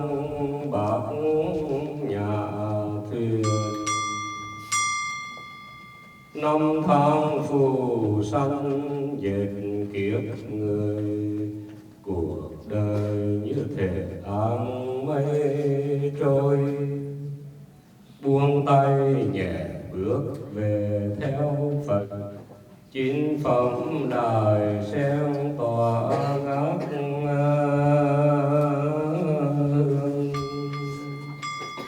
Thế gian ly sanh diệt do như không hoa, trí bất đắc hữu vô nhi đại bi tâm. Ngưỡng bạch Đức Phật A Di Đà, ngài là vô lượng thọ, ngài là vô lượng quang, ngài là vô lượng cát tường. Tiếp độ hương linh lễ quang thiền, pháp danh nhật phong siêu quy tịnh độ. Ngưỡng mong đại chúng khởi niệm từ bi, nhất tâm niệm Phật tiếp độ hương hồn lễ nhi quang hòa. Nam mô Tiếp Chân Đạo Sư A Di Đà Phật. Nam mô Tiếp Chân Đạo Sư A Di Đà Phật. Nam mô Tiếp Chân Đạo Sư A Di Đà Phật. Nam mô Tiếp Chân Đạo Sư A Di Đà Phật. Nam mô Tiếp Chân Đạo Sư A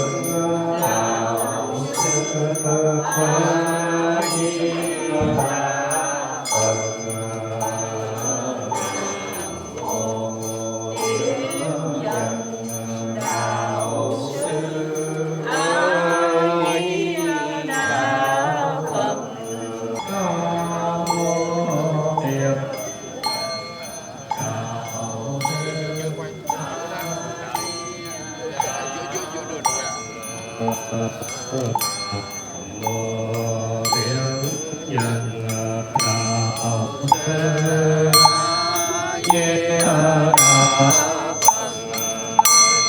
Nam mô Tiếp Chân Đạo Sư A Di Đà Phật. Nam mô Tiếp Chân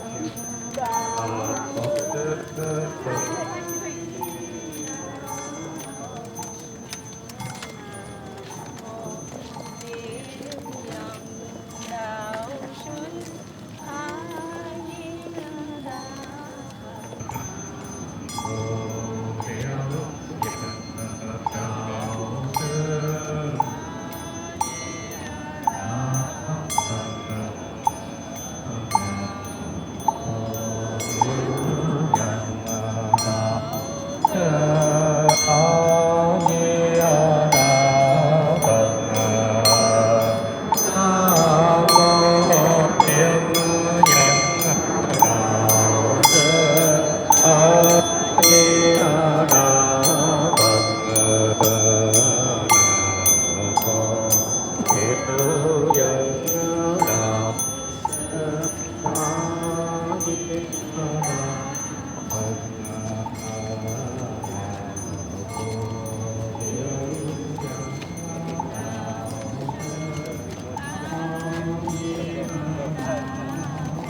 Di Đà Phật.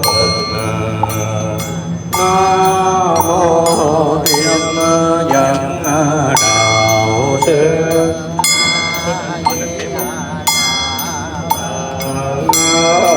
Nam mô Thiện Nhân Đạo Sư. A Di Đà Phật.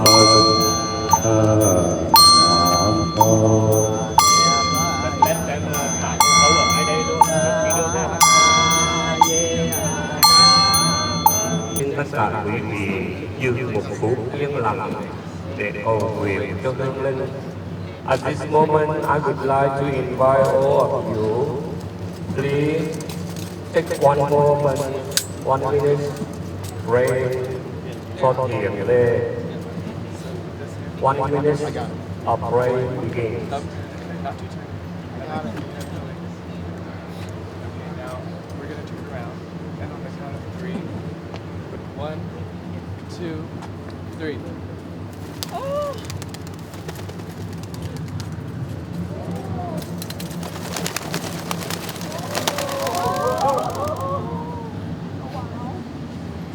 Xa lìa phiền não giữa chốn trần ai, hoa sen chín phẩm là cha mẹ, vui thu tiêu giao trước Phật trời. Trăm năm trước nào ta đâu có, trăm năm sau còn lại cùng hoàng không. Cuộc đời có không không, trăm năm còn lại tấm lòng mà thôi. Ngưỡng bạch Đức Di Đà từ tôn phóng quang, tiếp độ thương linh LeQuang thiền. Pháp danh Nhật Phong sanh năm 1967, vạn sanh năm 2023, chương linh siêu quy về miền Tịnh Độ. Nam mô Thiện Nhân Đạo Sư. A Di Đà Phật. Nam mô Thiện Nhân Đạo Sư. A Di Đà Phật.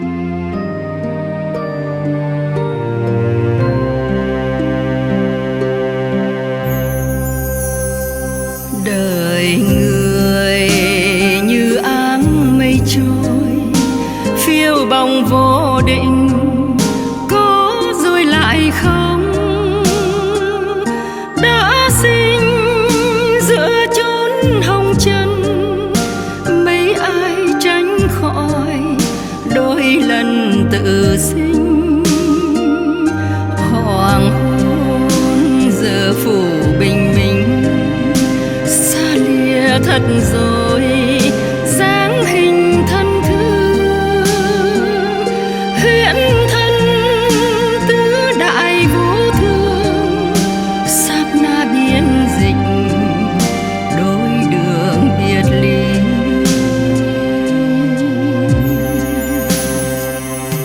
Ai về tiễn bước người đi, gục đầu nghe gió thầm thì khóc than. Âm dương cách chợ đôi đàn, người ơi vĩnh biệt trần gian u sầu.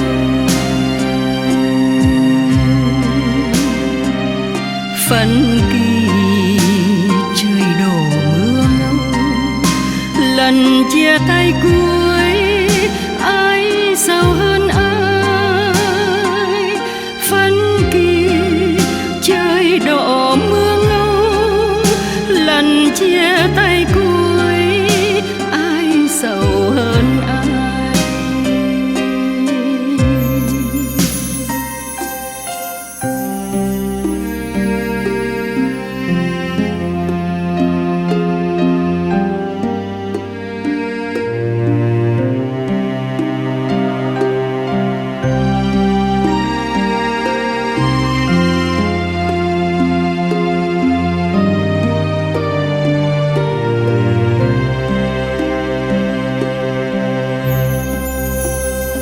Đời người như áng mây trôi, phiêu bồng vô định, có rồi lại không. Đã sinh giữa chốn hồng trần, mấy ai tránh khỏi đôi lần tự sinh. Hoàng hôn giờ phủ bình minh, xa lìa thật rồi dáng hình thân thương, huyễn thân tứ đại vô thường, sát na biến dịch đôi đường biệt ly.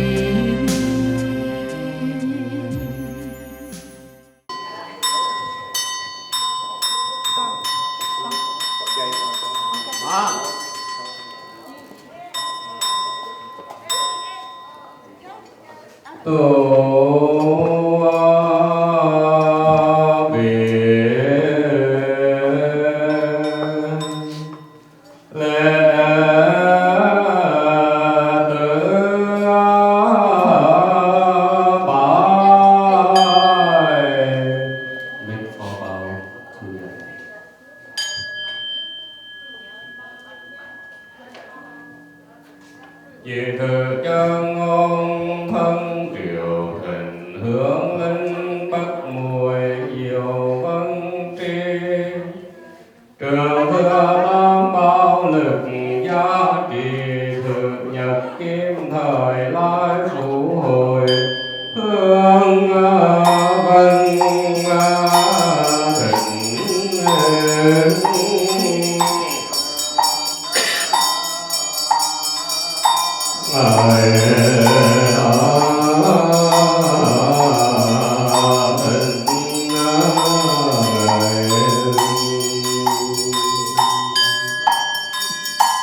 Cháu trừ chi đa con thường niệm tâm, không dao động bàn tay phương.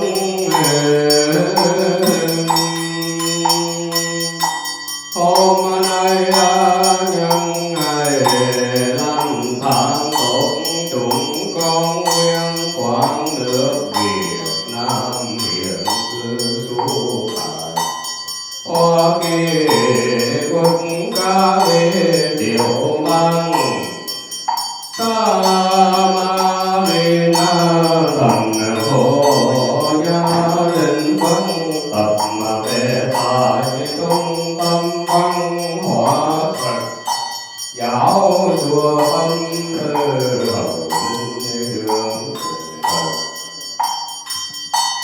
tu hương thiện cùng phụng tinh linh cục ly thân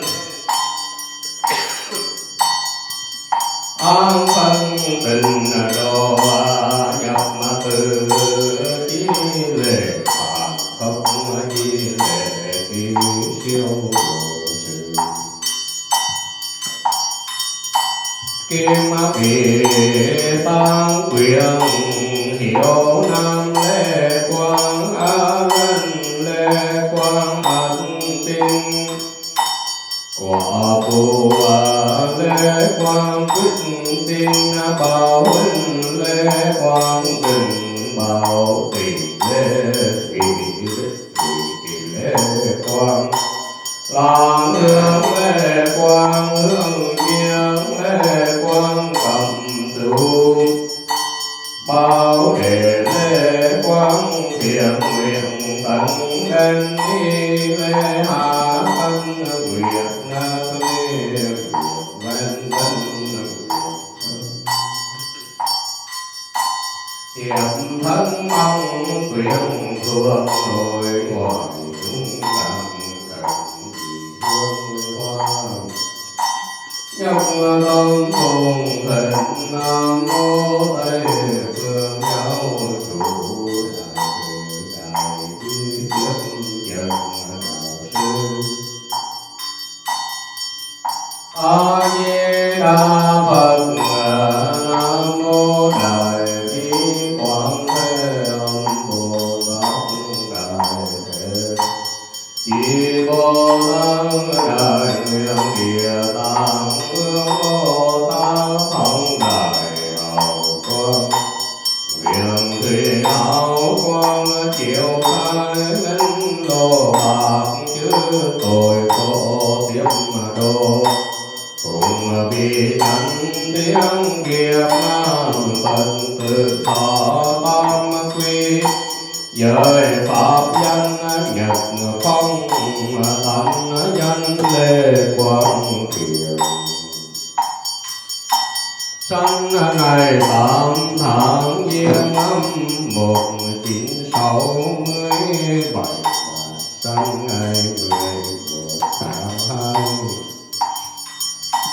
năm 2023 chi hương linh duy nguyện hương linh kể từ khi khúc bóng trần gian quay tạm nghiệp luân hồi chưa biết về đâu nay thời tăng quyền thần tâm kiền thịnh tăng gia tiến dương pháp sự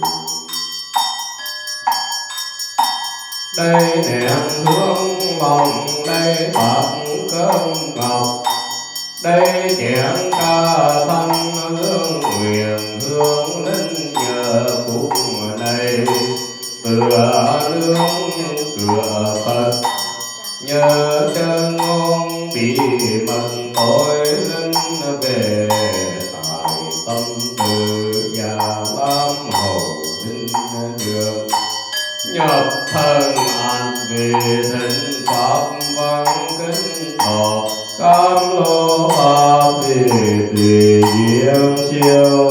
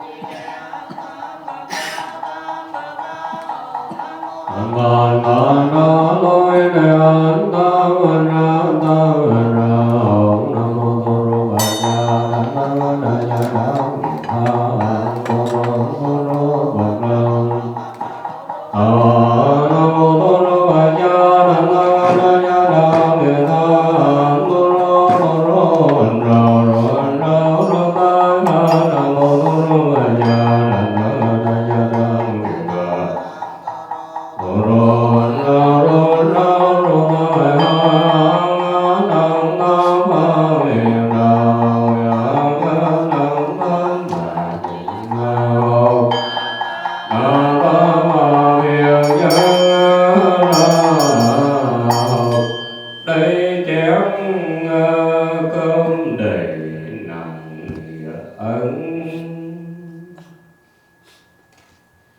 Trời đây ngọc với đây lòng, ấy tình còn đông.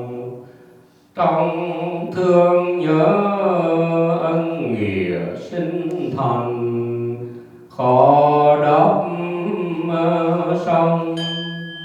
Dâng cơm lên án cúng dường, trong trà hiển cũng hương linh. Giả trì lực Bồ Tát giả trì lực Bồ Tát giả trì lực Bồ Tát hương linh nương nhờ tam bảo, trên con đường học đạo biết tam bảo của từ tâm. Nguyện xin chuyên cần làm sáng lòng ba viên ngọc quý. Nguyện theo hơi thở nở nụ cười tươi. Nguyện học nhìn cuộc đời bằng con mắt quang chiếu.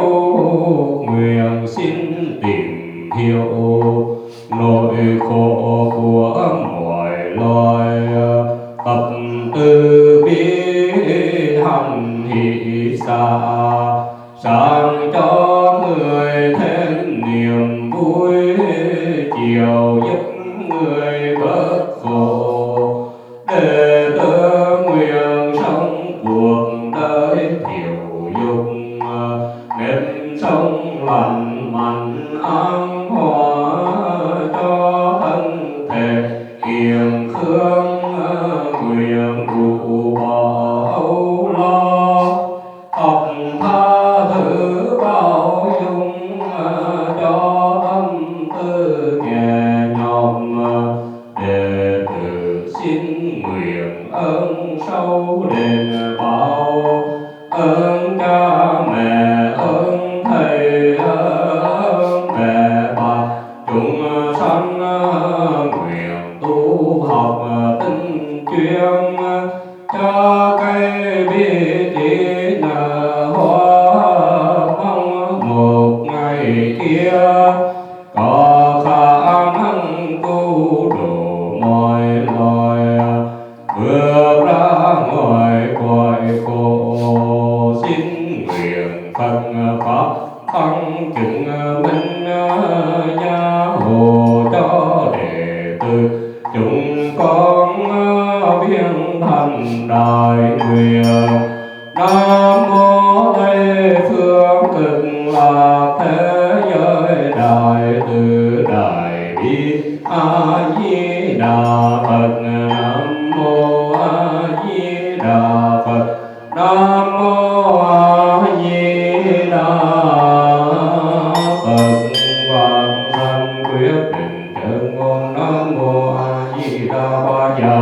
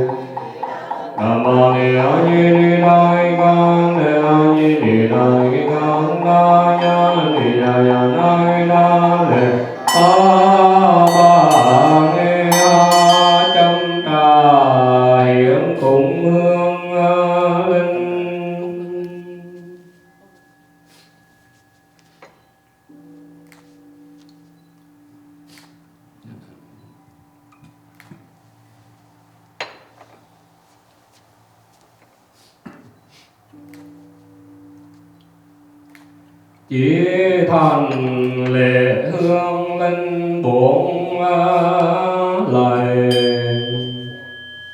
nguyện sanh bay phương tình độ trung cụ phật liên hoa miền thủ mẫu hoa khai kiến phật ngộ sanh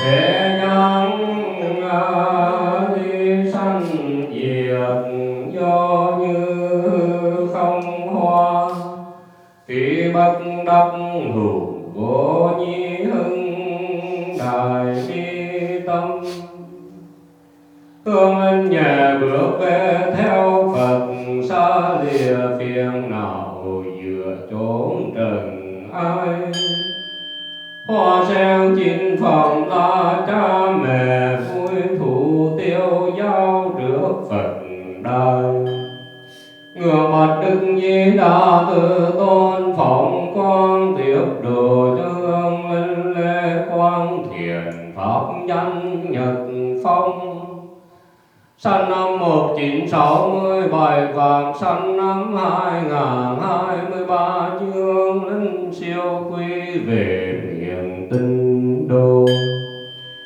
ngược mong đại chúng khởi niệm từ bi nhất tâm niệm Phật tiếp độ hướng hồn trực và tây phương nam mô tiếp dần đạo sư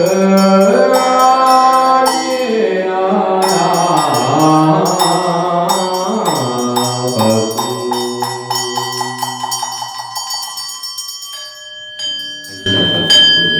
Đây là xong thầy biết là thầy có đôi lời đối với gia đình.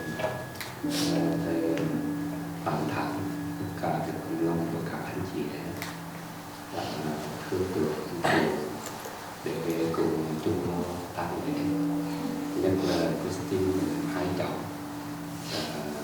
kể từ khi Thien nằm trên giường bệnh đã thành tâm niệm Phật, rồi thầy mời thầy về nhà để thăm Thien, rồi cho đến cái ngày giờ phút cuối cùng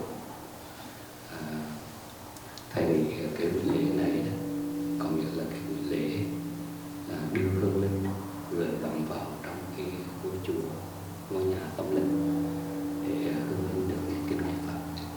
So this ceremony is the ceremony called to invite the spiritual yogis to stay in the spiritual life. Okay. So for him to have the blessing by the Buddha and listen to the Buddha teaching in order to free from the attachment in order to be in the land of the Buddha. I also very proud of you,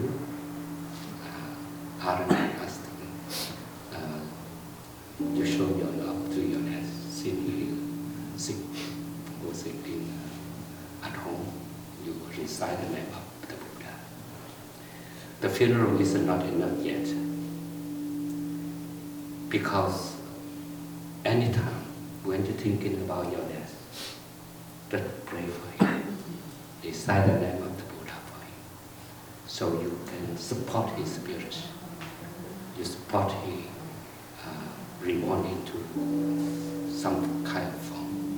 For example, if he reborn in the human form, may he be successful in life, and may he be successful in the education.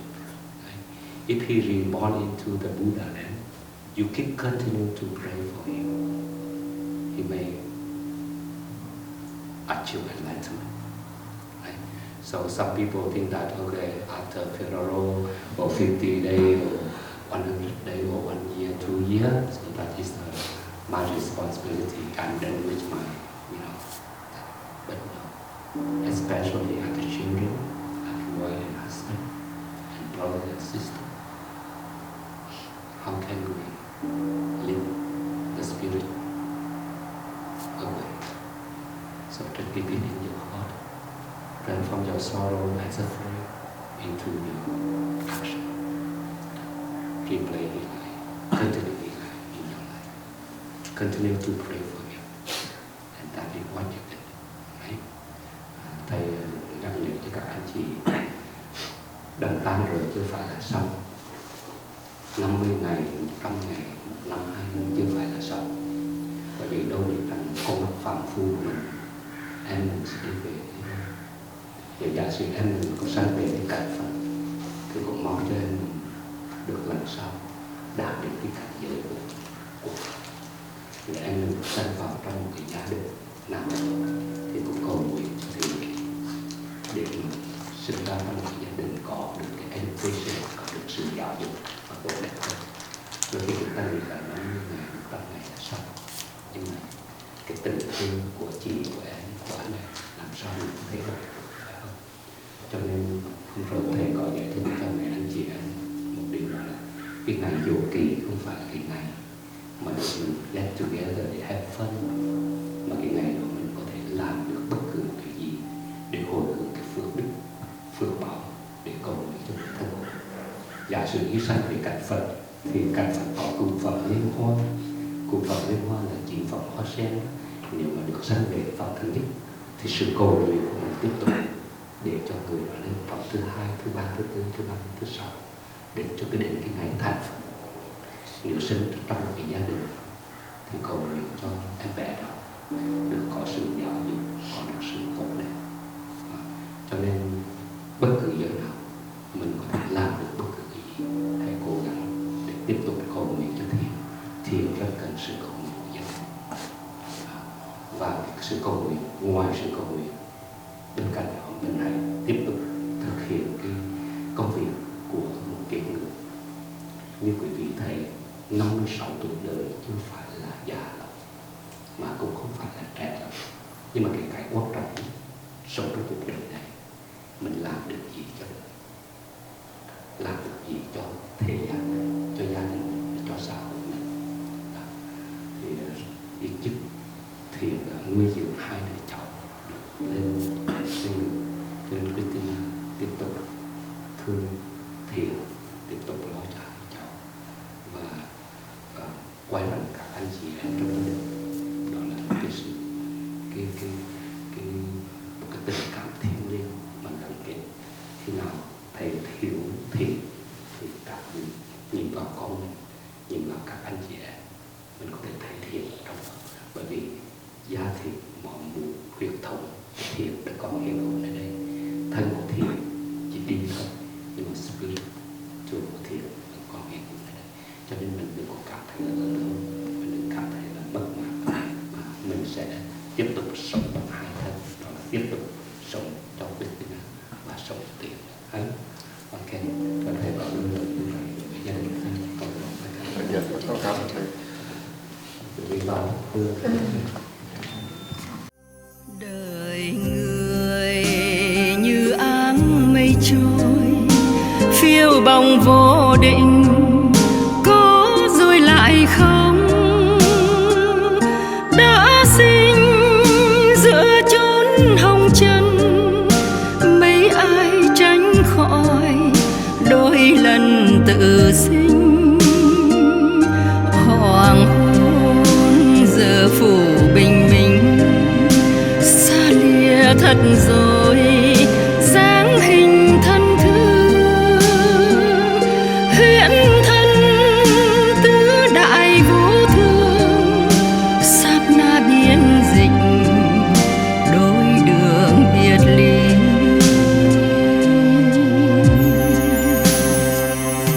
Ai về tiễn bước người đi, gục đầu nghe gió thầm thì khóc than.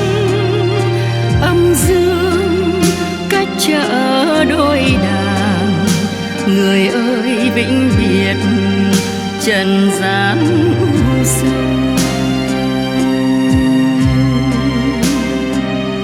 Phân kỳ trời đổ mưa ngâu, lần chia tay cuối ai sâu hơn ai.